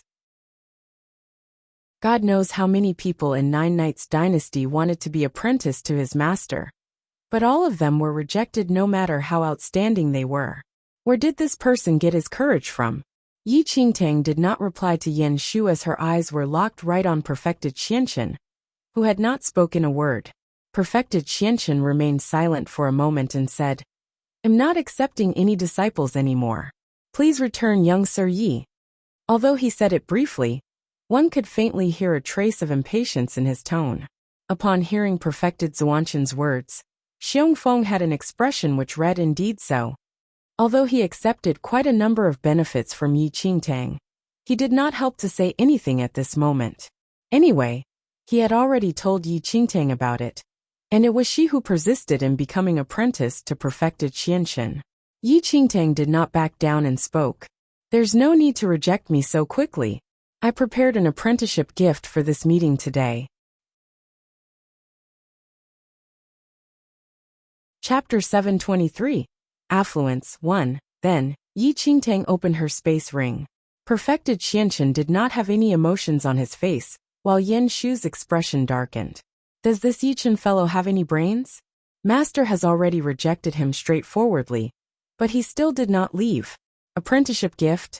Does he think that Master is an ordinary person, and will be bribed so easily like Xiongfeng? Young Sir Yi, my master has already said that he is no longer accepting any disciples. You can bring your apprenticeship gift back. Yan Shu wanted to chase away this young man who had no sense of propriety, but when he spoke halfway, he saw Yi Qingtang taking out a slab of metal. Instantly, Yan Shu's words were stuck in his throat. Yi Qingtang took out a slab of meteoric iron from her space ring.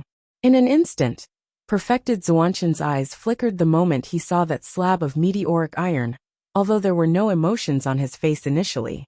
Millennium meteoric iron? Xiongfeng's eyes almost popped out as he stared at the slab of millennium meteoric iron on Yi Qingtang's hand. What joke is this? This fellow actually has millennium meteoric iron?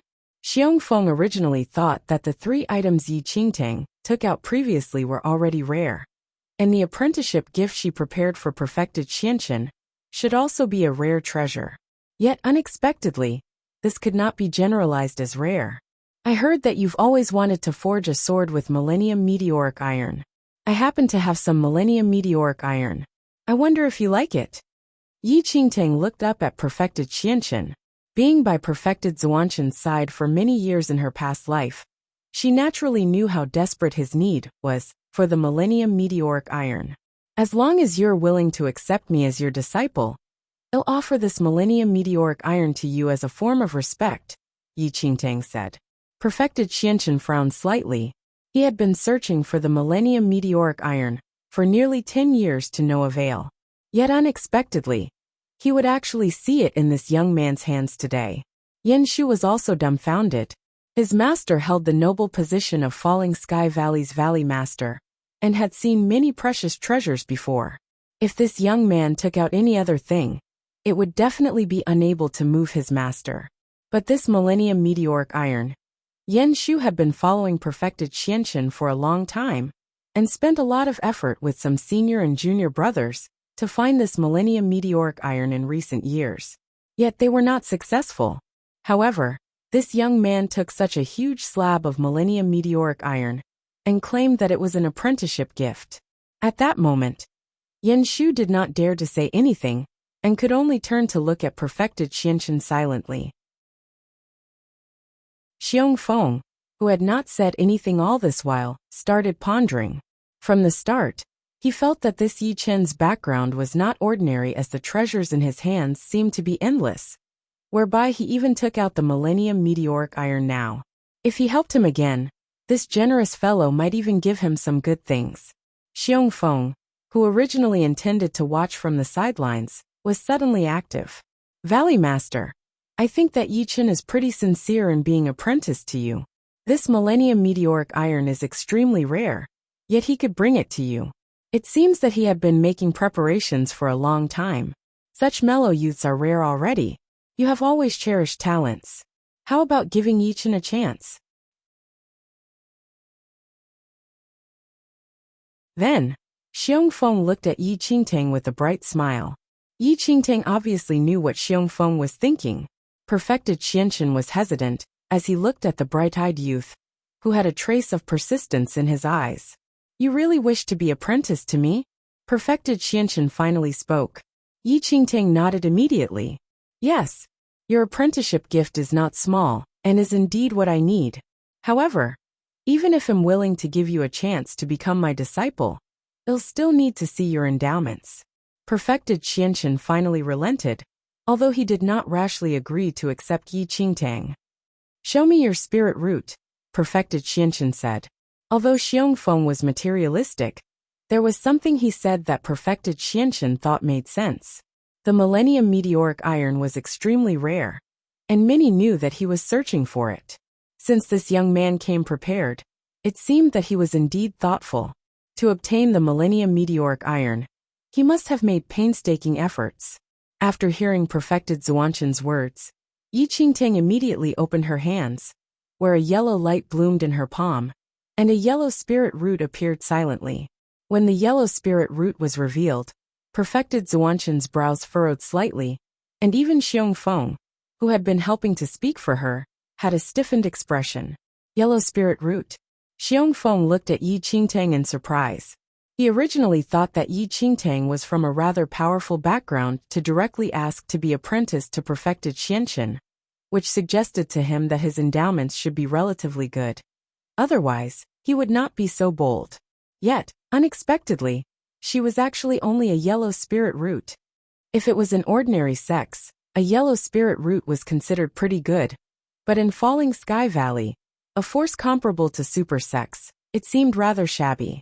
In Falling Sky Valley, yellow spirit root was the lowest grade spirit root of ordinary disciples in all the peaks, and one had to possess at least a green spirit root to be apprenticed to a peak master.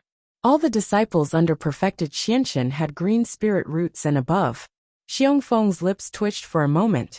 He never thought that this ostentatious young man would actually have such mediocre endowments. Perfected Qianqian frowned slightly, while Yin Shu's expression turned strange. He originally thought that this young man's endowments would be pretty good since he was so stubborn and insistent. But in the end, Perfected Qianqian took a deep breath and looked up at Yi Qingtang. You can return. I cannot accept you. While Millennium Meteoric Iron was hard to obtain, Yi Qingtang's endowments were insufficient to be apprenticed to him. If he was accepted as an exception, there would be many criticisms. Yi Qingtang kept her spirit root while looking at Perfected Qianqian. He had just taken on the position as the Valley Master not long ago, and the Valley's internal affairs were rather messy. However, in her past life, Yi Qingtang had met Perfected Qianqian many years later, when he was calm and indifferent, and had way fewer areas of consideration. If Yi Qingtang came to be apprenticed to Perfected Qianqian a few years later, like in her previous life, he probably would not refuse given his future personality. However, she did not wish to wait for such a long time. After hearing Perfected Xuanqian's rejection, Yi Qingtang was not anxious at all, and a glint flashed across her eyes instead. She looked up and said, "There's no hurry. I know that my spirit root isn't good, but my heart is sincere. This Millennium Meteoric Iron is the first apprenticeship gift I prepared. If you accept me, I naturally have a second apprenticeship gift."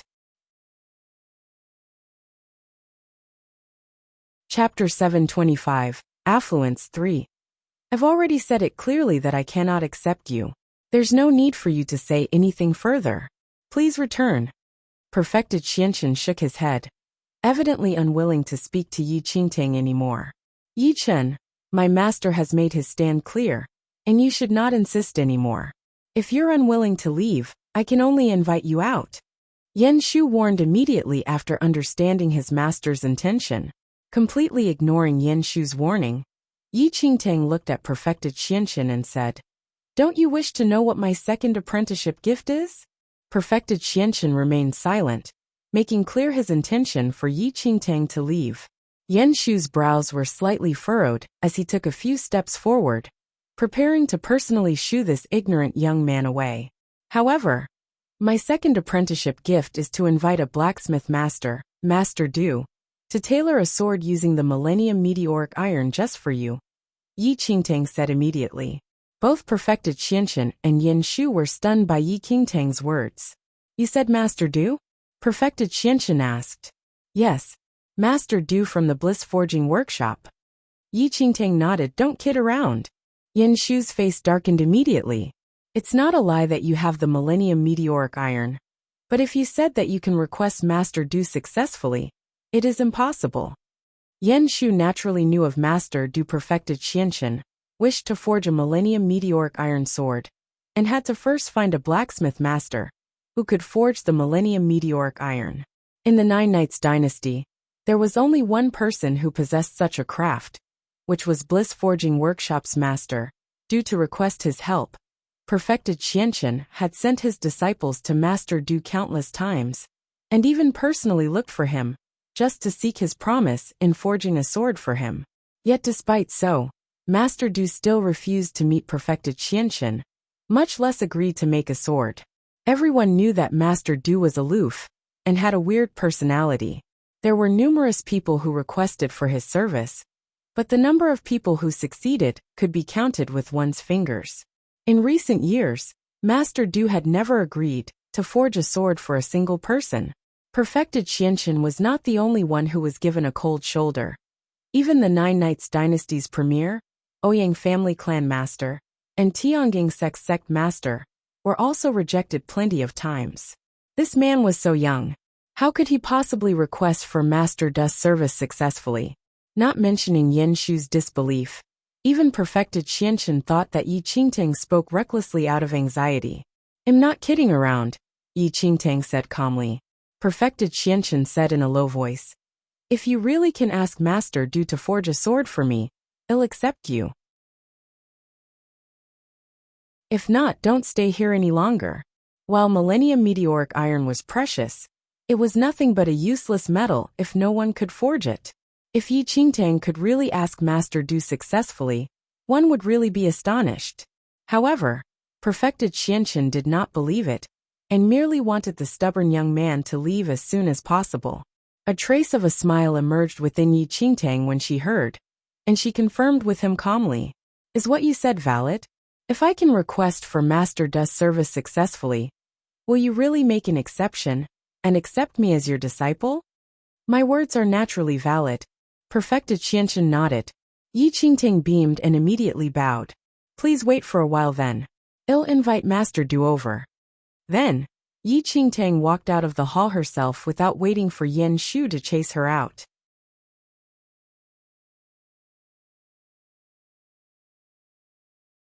When Xiong Feng exited the hall, he saw Yi Qingtang leaving with the little white tiger and silver wolf, and he chased after them hurriedly. Yi Chen, I already told you that perfected Qianchen is no longer accepting any disciples. You also saw that I put in good words for you just now. It's a pity. Xiong Feng put on a regretful look. Of course, Yi Qingtang knew what his motive was, and she smiled. Thank you for your help today, Warden Xiong. Nah. It's a pity though. I saw that you were very sincere and wanted to help you, Xiong Feng said with a laugh. Yi Qingtang understood his intentions and replied. Thank you. I have a bottle of Qi recovery elixir, and I'll give it to you. When I bring Master Du over, I'll still need to trouble you. The moment Xiong Feng saw the Qi recovery elixir, his face bloomed, and he received it with a grin, though he did not think that Yi Qingtang's words were very probable. This fellow had many good items, but these would not be enough to request for Master Du's service successfully. However, Xiong Feng was not so foolish to say these out loud, and instead wore a trustful appearance. He had obtained the items already anyway, and whatever troubles this fellow did had nothing to do with him anymore. Xiong Feng immediately led Yi Qingtang out of Falling Sky Valley, and subsequently strutted back into the valley with his arms filled with a pile of treasures. Half a day passed in the blink of an eye. Xiong Feng was in his room busy admiring the scorching sun gloves and golden moon armor that he just obtained, and he thought that his days would be much more comfortable if a few more fat sheep like Yi Qingtang came. The more he looked at them, the more beautiful they were. Just as Xiong Feng was filled with bliss, a Falling Sky Valley disciple knocked on Warden Xiong's door. What is it? Xiong Feng asked without looking up. Warden Xiong, a young man outside the valley, said he wants to meet you. Who is it? Tell him that I'm not free. Xiong Feng replied impatiently. That young man said he is Yi Chen, and that he talked to you about this before. Yi Chen. Xiong Feng was dumbfounded to hear that. He hurriedly put away his things, left his room, and asked that disciple, You said that person is called Yi Chen? Yes. Xiong Feng was instantly stupefied. What is going on? That fellow was just gone for half a day. Why did he come back suddenly? Could it be that he was still unwilling to give up? Confusion filled Xiong Feng. But at the thought that the person was generous with his gifts, he did not find it troublesome at all. Perhaps that fellow came round and wanted to change an elder to be apprenticed to. When he thought that he could fish some treasures out again, Xiong Feng was instantaneously energized and dashed to Falling Sky Valley's entrance. Yi Qingtang stood outside Falling Sky Valley with the silver wolf and the little white tiger. Beside her, an elderly with white beard swept a fleeting glance across the imposing-looking Falling Sky Valley. I didn't think that you actually wanted to enter Falling Sky Valley. You tormented my old body to make a trip here with you. The elderly scoffed. While he spoke that way, there was no trace of impatience on his face. Thank you for your trouble, Master Du. Yi Qingtang smiled. Wasn't the person standing beside her none other than Master Du of Bliss Forging Workshop? Forget it. I've already agreed to come here, and there's nothing much to say. As for the collaboration that I mentioned previously, how are you considering it? Master Du changed the topic and asked with a grin. Yi Qingtang was about to reply, but saw that Xiong Feng had already reached the valley's entrance, so she kept silent immediately. Chapter 727. Amazing, too. Xiong Feng ran over hurriedly and spoke once he saw Yi Qingtang. Yi Chen, why are you back so soon? Did you come around? Do you want to find another elder to be apprenticed to? Yi Qingtang shook her head and smiled. That's not the case. I'm still here to be apprenticed to perfected Qianchen. Huh? Xiong Feng was surprised. This time, he noticed that there was an elderly beside Yi Qingtang, and immediately gasped when he fixed his eyes on the person. In the main hall of Falling Sky Valley, Yen Shu was helping perfected Qianqian to tidy up the scrolls on the table. Master, the Blue Cloud Peak's disciples are a little unsettled recently. They looked for trouble with the disciples at our side when they left the valley. This matter? Yen Shu said with a frown. Perfected Zuanshan's brows were furrowed. He was about to speak, but saw Xiong Feng entering the hall anxiously. Reporting Valley Master. That Yi Chen is back again. Perfected Qianqian did not have any emotions on his face. He was rather helpless towards that young man's persistence. Rather, Yen Shu had a look of annoyance on his face. Is that fellow finished? Didn't Master already tell him clearly? Why is he here again? Warden Xiong, you also know what my master meant. Why did you still let him in? Evidently, Yen Shu was dissatisfied that Xiong Feng let someone into the valley again.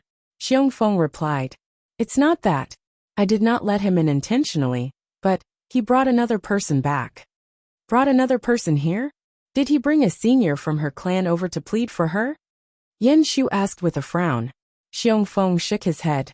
It's not someone from his clan but Master Du. What? Yen Shu dropped the scrolls in his hand. Perfected Qianqian was all the more shocked. Master Du? You said Master Du of Bliss Forging Workshop?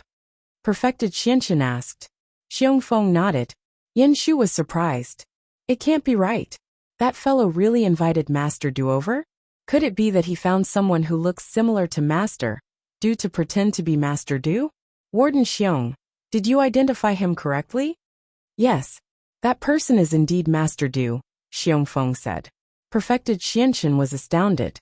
He had requested to meet Master Du countless times, but was unsuccessful over the years. Now this person was really invited over to Falling Sky Valley? Perfected Qianqian immediately stood up and walked out of the hall.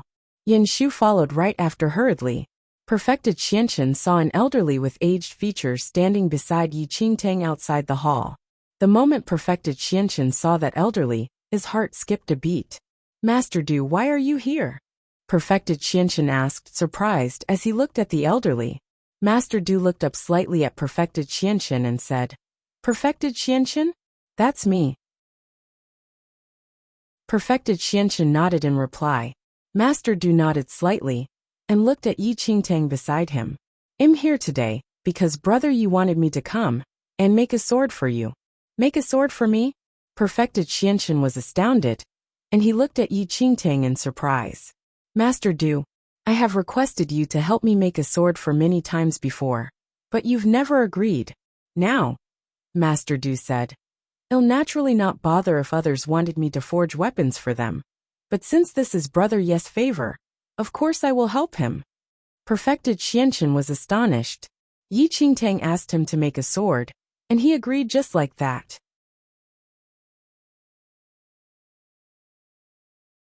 Chapter 728. Amazing 3. Even Yen Shu and Xiong Feng were surprised by Master Du's reply. How big is this Yi Chen? Perfected Qianqian was filled with astonishment. May I know what's the relation between you and this brother Yi? We are good friends in spite of the age difference, Master Du said with a laugh. Previously, when Yi Qingtang came to the Bliss Forging Workshop to find him, she had already made it clear that she wished to be a disciple of Falling Sky Valley's Perfected Qianqian. Master Du wanted to collaborate with Yi Qingtang, and now that he knew Yi Qingtang needed help, he would support her fully. Good friends in spite of the age difference? The surprise in Perfected Zuanshan's eyes deepened as he looked at Yi Qingtang, who smiled sweetly. I've troubled you to make this trip, Master Du, Yi Qingtang said with a smile. It's just you. If it's others, I would be too lazy to move an inch. Although Master Du was aloof, he was rather polite to Yi Qingtang, the person he wanted to collaborate with. He was still waiting to collaborate with this fellow, and thus spoke well of him. Yi Qingtang was at a loss of whether to laugh or cry, but Master Du's words did boost her face. Yen Shu was utterly dumbfounded. He previously thought that this Yi Chen was merely making big talk, and that it was simply impossible for him to request for Master Du's appearance successfully. Yet unexpectedly, it was a big slap in his face. Not only did Master Du come, but his words also implied that he had a good relationship with Yi Qingtang. This made Yan Shu, who experienced countless cold shoulder treatments, extremely shocked. What exactly is this Yi Chen's background? He said he was inviting Master Du over, and really did so? It must be known that even his master could not invite this Master Du over. What kind of sword do you wish to make? Master Du immediately looked at perfected Qianchen. Perfected Zuanshan's heart leaped a beat, and he handed Master Du a sketch that he had prepared a long time ago. After taking a look, Master Du said, "The sword is pretty good. However, if you wish to make this sword, the materials used cannot be ordinary ones. Otherwise, even if it is made, it will just be a useless piece of metal that is pleasant to the eye." Perfected Qianchen was not in a hurry to speak, and merely cast a look at Yi Qingtang. Yi Qingtang smiled. "If my master needs it, I will offer the Millennium Meteoric Iron to forge this sword." Perfected Qianchen thought of the promise he made to Yi Qingtang that he said casually, so that she could retreat in face of difficulties. Yet unexpectedly, it actually came true. A gentleman never went back on his promise. Perfected Qianchen sighed lightly, and looked at Master Du. "Master Du, what if the Millennium Meteoric Iron is used to forge this weapon? That would be the best. If Millennium Meteoric Iron is used, its effects would be amplified fully." Master Du knew that Yi Qingtang wanted to be apprenticed to Perfected Qianchen, and knew that she had the Millennium Meteoric Iron. Perfected Qianchen nodded slightly, and met with Yi Qingtang's eyes. "Yi Chen, here. From today on, you are my disciple." Perfected Qianchen slowly said what Yi Qingtang had been waiting to hear for a long time. Smiles filled Yi Qingtang's eyes. She heard this sentence in her previous life as well, and it was so reminiscing to hear again today. "I pay respects to Master." Yi Qingtang immediately knelt on one knee and bowed to Perfected Qianchen. "Falling Sky Valley, she is back. Master. She is back." Chapter 729. Senior and Junior Brothers 1. Perfected Qianchen nodded and asked Yan Shu to bring Yi Qingtang around in the valley. He would discuss the details of the sword with Master. Yan Shu then brought Yi Qingtang out of the hall. The Valley Master presides over the Falling Sky Valley. Under the Valley Master, there are 12 Peak Masters who are in charge of the 12 peaks. Our master was Admirable Sky Peak's Peak Master previously. He took over the duty as the Valley Master temporarily, as the old Valley Master was sick. Yan Shu led Yi Qingtang to her living place, and explained on the way there. Since Perfected Qianchen took Yi Chen in as his disciple, she would be Yan Shu's junior brother. Though Yan Shu was not very pleased by that, he would still carry out his duties according to his master's command. "This is where we stay. Settle down first, and I will lead you around the valley later to be familiar with the surroundings here. Your spirit animals. It's better if you ask them to stay in the room." Yan Shu's sight landed on the two figures behind Yi Qingtang. "Thank you, senior brother Yan." Yi Qingtang nodded and said. Yan Shu took a glimpse at Yi Qingtang. His eyesight was complex. Honestly speaking, he did not recognize her ability. She was not qualified to be his master's disciple, as she only possessed the yellow spirit root. However, Yi Qingtang had the Millennium Meteoric Iron, and was friends with Master Du. "Arrange your stuff for a while. I'll wait for you outside," Yan Shu said. Yi Qingtang nodded and walked into her room. The arrangement of the rooms of Falling Sky Valley disciples was about the same. Yi Qingtang felt emotional towards the things that were familiar to her. Yan Shu stood outside the door and waited. Two disciples walked towards him after a while. "Yan Shu, how come you are here? Aren't you supposed to be with Master now?" The tall and arrogant young man smiled and asked. Yan Shu felt a headache when he saw the person. "Senior brother Qian." The young man named Qian Zai. He was also Perfected Zuanshan's disciple. He was very talented, but his personality was not something to be flattered. He caused trouble everywhere, and it would not be an exaggeration to call him the tyrant. Though Qian Zai was slightly younger than Yan Shu, he apprenticed earlier. As a result, Yan Shu had to address him as senior brother. "I thought that you were always the most obedient person. How come you sneaked out today?" Qian Zai smiled and looked at Yan Shu. Master just took in a new disciple. I'm here to introduce him to the valley, Yan Shu said expressionlessly. Qianzai lifted his eyebrows slightly. The person standing beside Qianzai was Ji Yishuan. He was slightly curious after hearing Yan Shu's words. Master had a new disciple? Yes. Yan Shu nodded. As the three of them were chatting, the door behind Yan Shu was opened. Yi Qingtang walked out of the room. She saw Qianzai and Ji Yishuan outside once she raised her head. This is my new little junior brother then? Such a pretty face. Qianzai sized up Yi Qingtang. Junior brother Qian. Ji Yishuan frowned. Qianzai shrugged his shoulders. Yi Qingtang's eyes were filled with smiles as she stared at Qianzai. She had met Ji Yishuan before at the formidable Heavens dynasty. As for Qianzai, he was really her acquaintance in her previous life.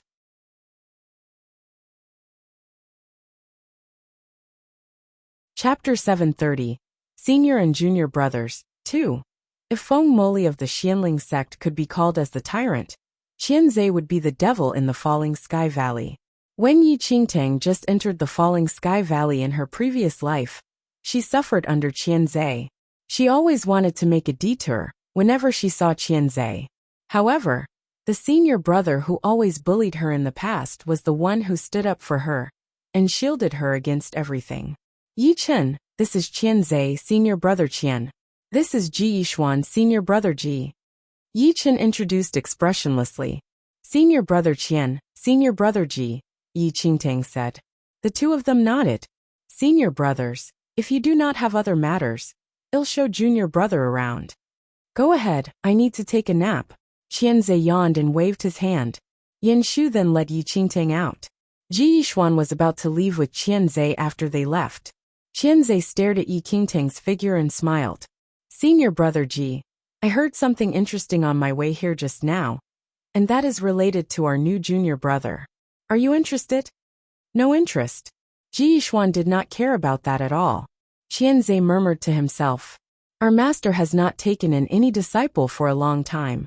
I heard from a disciple who followed Warden Xiong that the reason why junior brother Yi could be apprenticed was not due to her talent, but she invited master, due to forge a sword for master with the Millennium Meteoric Iron. Ji Yishuan was slightly stunned. As perfected Zuanshan's disciple, how could they not know their master's preferences? I think junior brother Yi only possesses a yellow spirit root. This is interesting. If the information leaks to other peaks, there will be much more trouble, Qianzai said enthusiastically. Ji Yishuan frowned. Ever since perfected Xianshan took over the position as the valley master, the situations in the peaks were more complicated. If that was true, Qianzai was not interested to say anything else. He yawned and wandered back to his room. On the other hand, Yan Shu led Yi Qingtang around in the Falling Sky Valley. The Falling Sky Valley was huge. It would take more than a day to go to every corner. Normal peak disciples will cultivate in their respective peaks. If they have some missions that require them to go out, Yan Shu said expressionlessly. Though he mentioned everything, his tone was warm, and his face was serious. Yi Qingtang was not bothered by that. She just listened quietly to Yan Shu explaining everything about the Falling Sky Valley. Yi Qingtang's knowledge towards the Falling Sky Valley was scarcer than Yan Shu. Yi Qingtang was familiar with everything she saw on the way. When Yan Shu was about to lead her to the martial cultivation hall, he suddenly heard quarreling sounds. Yan Shu stopped and looked towards the direction of the sound. There was a group of Falling Sky Valley disciples gathered not far away. Unpleasant quarreling sounds could be heard faintly in the crowd. Senior brother Yan, what's going on? Yi Qingtang asked. Let's take a look first. Yan Shu frowned slightly. The two of them then walked towards the origin of the sounds.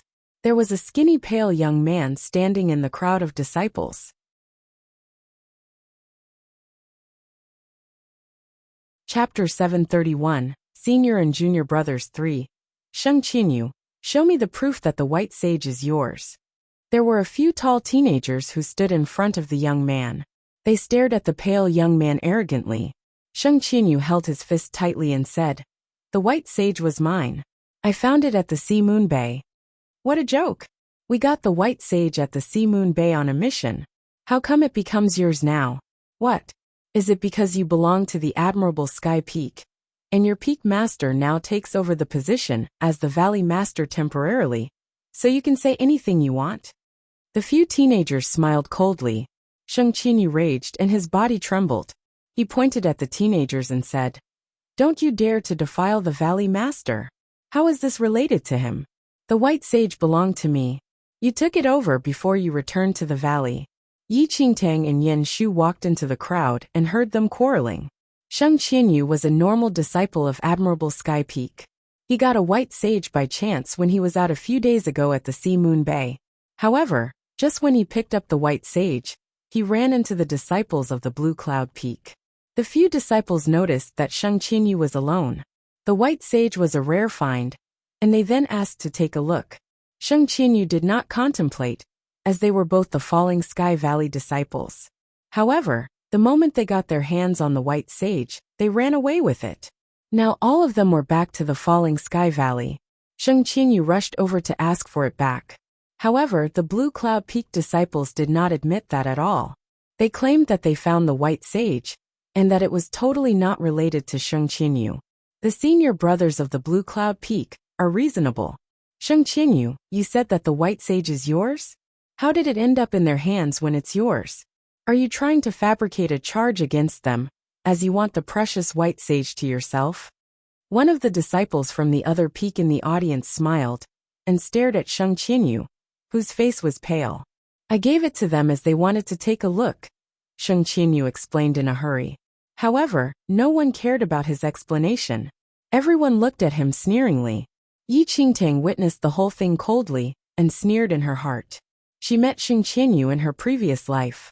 He was talented but very weak. She really believed that the White Sage was fooled over by the people from the Blue Cloud Peak.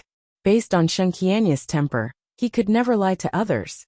If such things happened under other peaks, the wardens of the respective peaks would be invited over for justice. However, it happened to an Admirable Sky Peak disciple, and the situation was different now. After the perfected Xianxian took over the position as the Valley Master, he noticed other Peak Masters' discontentment. In order to meet the old Valley Master's expectations and maintain the harmony in the valley, he warned all disciples of the Admirable Sky Peak to prevent trouble. If they had any conflicts with other peaks, they had to forbear with them. That was the reason why disciples of other peaks dared to create trouble under their Peak Master's hints. It was a norm to bully disciples of the Admirable Sky Peak.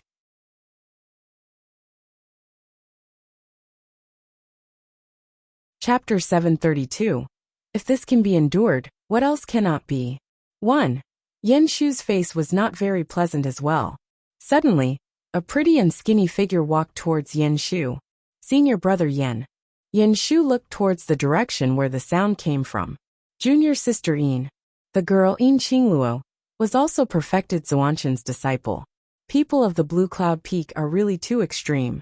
Yin Qingluo frowned and said, she had witnessed the incident for a while. If not for her master warning them that they could not find any trouble, she would definitely beat those disciples of the Blue Cloud Peak. Yan Shu did not say anything, but his face clouded. Yin Qingluo then noticed that there was a handsome young man standing beside Yan Shu. She was shocked by the young man's appearance, but she frowned after a while. Senior brother Yan, is this our master's new disciple? Yan Shu knew that Yin Qingluo was asking about Yi Qingtang. He nodded and said, yes. He is Yi Chen. Senior sister Yin. Yi Qingtang folded her hands and said, Yi Qingtang knew Yin Qingluo in her previous life. She was not kind at all despite her skinny features. Yin Qingluo stared at Yi Qingtang. Her sight was not warm at all. She nodded perfunctorily and said towards Yan Shu, the rumor is true then. What rumor? Yan Shu was confused. Before I came here, I just heard from other disciples that Master made an exception and took in a new disciple with a yellow spirit root. I thought that it was nonsense, however. Now it seems that it's true. She was trying to be implicit. However, she knew that the new disciple got in through the back door. Yan Shu pursed his lips but did not say anything. Yin Qingluo did not continue, but her eyes that were staring at Yi Qingtang were filled with unpleasantness. Perfected Zhuanshan's disciples all possessed, at minimum, green spirit roots. Now there was a new disciple with a yellow spirit root, and he was not apprenticed by his ability. No one could treat him as their true senior or junior brother. Yi Qingtang noticed Yin Qingluo's unpleasant sight, but she did not say anything. She figured that the news of her being accepted by exception was spread out by Xiong Feng, who could not keep any secret. She might not be able to enter the eyes of the admirable sky peaks, not mentioning the other peaks. However, she did not care about that. She still had a long time here. When Yin Qingluo was chatting with Yin Shu, Sheng Qianya's face was getting paler as he was challenged by the Blue Cloud Peak disciples. Yin Qingluo was a straightforward person. She could not tolerate it anymore when she saw her junior brother of the same peak being bullied by others. Yin Shu noticed Yin Qingluo's move and said softly, "Don't create any trouble." Yin Shu was angry in his heart, but he could not do anything based on his master's warning. "I know what I'm doing." Yin Qingluo nodded and walked out. Senior brothers of the Blue Cloud Peak, junior brother Sheng is always an innocent person. He will never frame anyone for anything. The disciples of the Blue Cloud Peak looked towards Yin Qingluo as she walked out. "Your words are funny, junior sister Yin. If Sheng Qingyu was saying the truth, you're saying that we're wrong? And we really took his thing by force." The disciples of the Blue Cloud Peak sneered. "Senior sister Yin." Sheng Qingyu stared at Yin Qingluo nervously, as she was the only one who was willing to speak for him.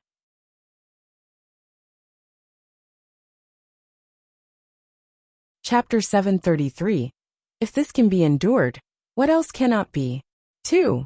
The other disciple of the admirable sky peak in the audience sighed in relief after seeing Yin Qingluo stepped out. Yin Qingluo glanced at Sheng Qianyu and signaled him to stay quiet. She then looked towards the disciples of the Blue Cloud Peak and said, "I did not say that. I'm just saying the truth here. Junior sister Yin, you speak so confidently now that you have become the village master's disciple. You were not at the Sea Moon Bay. How would you know that Sheng Qianyu is right? I think that you're just trying to defend your own admirable Sky Peak's disciple." Yin Qingluo frowned slightly, though she was mentally prepared. These Blue Cloud Peak disciples were not kind at all. The white sage belongs to the person who holds it now. The Blue Cloud Peak disciple sneered. "Junior sister Yin, if you think it's not right, please invite the warden over." Yin Qingluo's face darkened. The level of the incident would increase if she had to invite the warden over. Furthermore, it disobeyed her master's warning. "Since you can't make your mind as well leave now." The Blue Cloud Peak disciples were about to turn and leave. Sheng Qianyu was anxious at the moment. The white sage was very important to him. If these people left, they might eat the white sage. Even if he found the warden tomorrow, there would be no proof. "Stop!" Sheng Qianyu rushed over impatiently. Yin Qingluo did not expect that Sheng Qianyu would be so impulsive, and she did not have time to react. Sheng Qianyu rushed towards the Blue Cloud Peak disciples. Sheng Qianyu grabbed the first Blue Cloud Peak disciple and intended to take the white sage. "How dare you snatch it?" A cold smile flashed across the Blue Cloud Peak disciple's eyes as he saw Sheng Qianyu going to snatch the white sage by force. He lifted his leg and kicked towards Sheng Qianya's stomach. Sheng Qianyu had just apprenticed at the Falling Sky Valley for a year. His cultivation was incomparable to that of the Blue Cloud Peak disciples. He was kicked, and he collapsed onto the ground. "Junior brother Sheng." Yin Qingluo was shocked. The Blue Cloud Peak disciples kicked Sheng Qianyu again. "What do you want?" Yin Qingluo shouted coldly and wanted to take some action. "Junior sister Yin, you also saw that he came to me first. What? You can do anything you want just because your perfected Qianshan becomes the Valley Master?" One of the Blue Cloud Peak disciples scoffed. Yin Qingluo stopped and stared at those disciples. She could literally rip their skin off now. Sheng Qianyu just pulled them, and they dared to beat him like that. Give me back the white sage." Sheng Qianyu covered his stomach and stood up. "Sheng Qianyu, don't seek your own death here." The disciples warned fiercely. Sheng Qianyu did not seem to hear their words and dashed towards them again. "How dare you!" The Blue Cloud Peak disciple immediately smashed his fist towards Sheng Qianya's head. Yin Qingluo was shocked. She wanted to stop that, But it was too late. The Blue Cloud Peak disciple's fist smashed down. Shen Qianya's heart trembled. However, before the fist landed on his head, it was grabbed tightly by a small white hand. Before the Blue Cloud Peak disciple could react, he was kicked out instantly.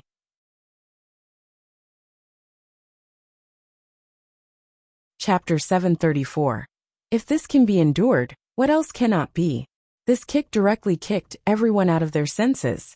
Sheng Qianyu was shocked to see a pretty young man standing before him. The Blue Cloud Peak disciple who was flung away rose hastily and glared at Yi Qingtang, who was defending Sheng Qianyu behind her. No one expected Yi Qingtang to strike suddenly, and even Yan Shu, who was standing beside her before this, was stunned. When did she attack? Why did he not feel a thing? Who are you? The Blue Cloud Peak disciples immediately glared at the pretty young man who appeared from nowhere when they saw their fellow disciple being beaten up. A sneer hung on Yi Qingtang's lips as she looked at the violent Blue Cloud Peak disciples. Not bothering to respond to them, she immediately stretched her hand out and picked up the white sage that the Blue Cloud Peak disciple dropped on the floor. A while ago, you all said that the white sage belongs to whoever has his hands on it.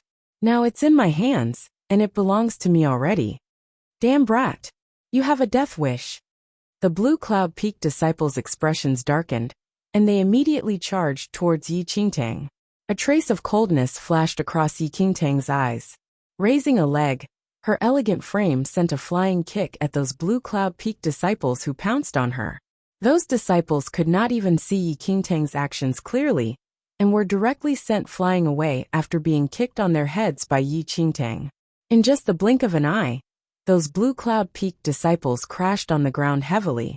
In the entire process, Yi Qingtang was as fast as lightning, and even the surrounding disciples did not react in time. Yin Qingluo's eyes were filled with astonishment as she looked at Yi Qingtang, who suddenly attacked. In reality, the skills of those Blue Cloud Peak disciples were not considered high, and she could easily defeat them as well if she attacked. However, she did not dare to attack because of her master. Even if she was infuriated, she could only endure it. Yet, unexpectedly, this young man who just became her master's disciple would actually be so decisive, and did what she did not have the courage to do. Yan Shu was taken aback as well. He looked at Yi Qingtang in surprise, and the despise he held for her in his eyes reduced. Your white sage. Yi Qingtang stuffed the white sage to the dazed Sheng Qianyu without hesitation. Sheng Qianyu looked down at the white sage in his hands that he regained, and then looked at Yi Qingtang, who stood before him agitatedly. Thank you. Thank you. The white sage was extremely important to him, and he could not lose it. Yi Qingtang chuckled. The Blue Cloud Peak disciples behind her had already crawled up from the ground. Brat, who exactly are you? Report your name if you have the guts. The Blue Cloud Peak disciples suffered. Even though they did not wish to admit it, this fellow was too fast, and they could not even see it clearly. However, this fellow looked very foreign, and they did not know which peak this fellow was a disciple from. Looking at him, it did not seem like he was in the valley as a guest. Yi Chun, disciple of perfected Qianshen. Yi Qingtang looked at those Blue Cloud Peak disciples coldly. You're perfected Zuanshan's disciple? Those Blue Cloud Peak disciples were evidently taken aback. They recognized all of perfected Zuanshan's disciples, but had never seen this fellow before.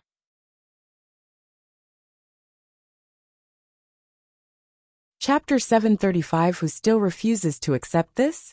1. He is Yi Chen, that fellow who got in through the back door? Discussions erupted in the crowd, and it was clear that the news from Xiongfeng had already circulated in Falling Sky Valley. Some admirable Sky Peak disciples were dumbfounded.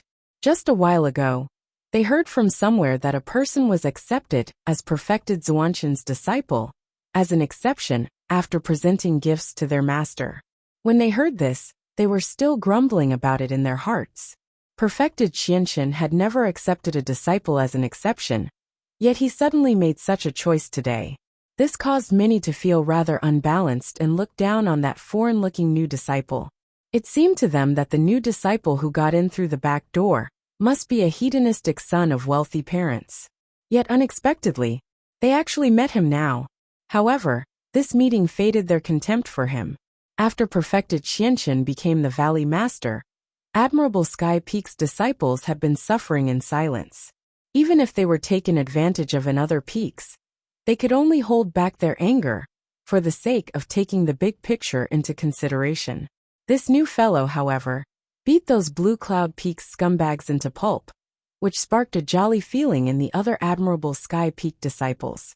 Yichen, is it? You have the guts. You rely on the fact that your master is the valley. Those Blue Cloud Peak disciples were about to ramble on. Yi Qingtang scoffed coldly. Do you all know how to talk about other things?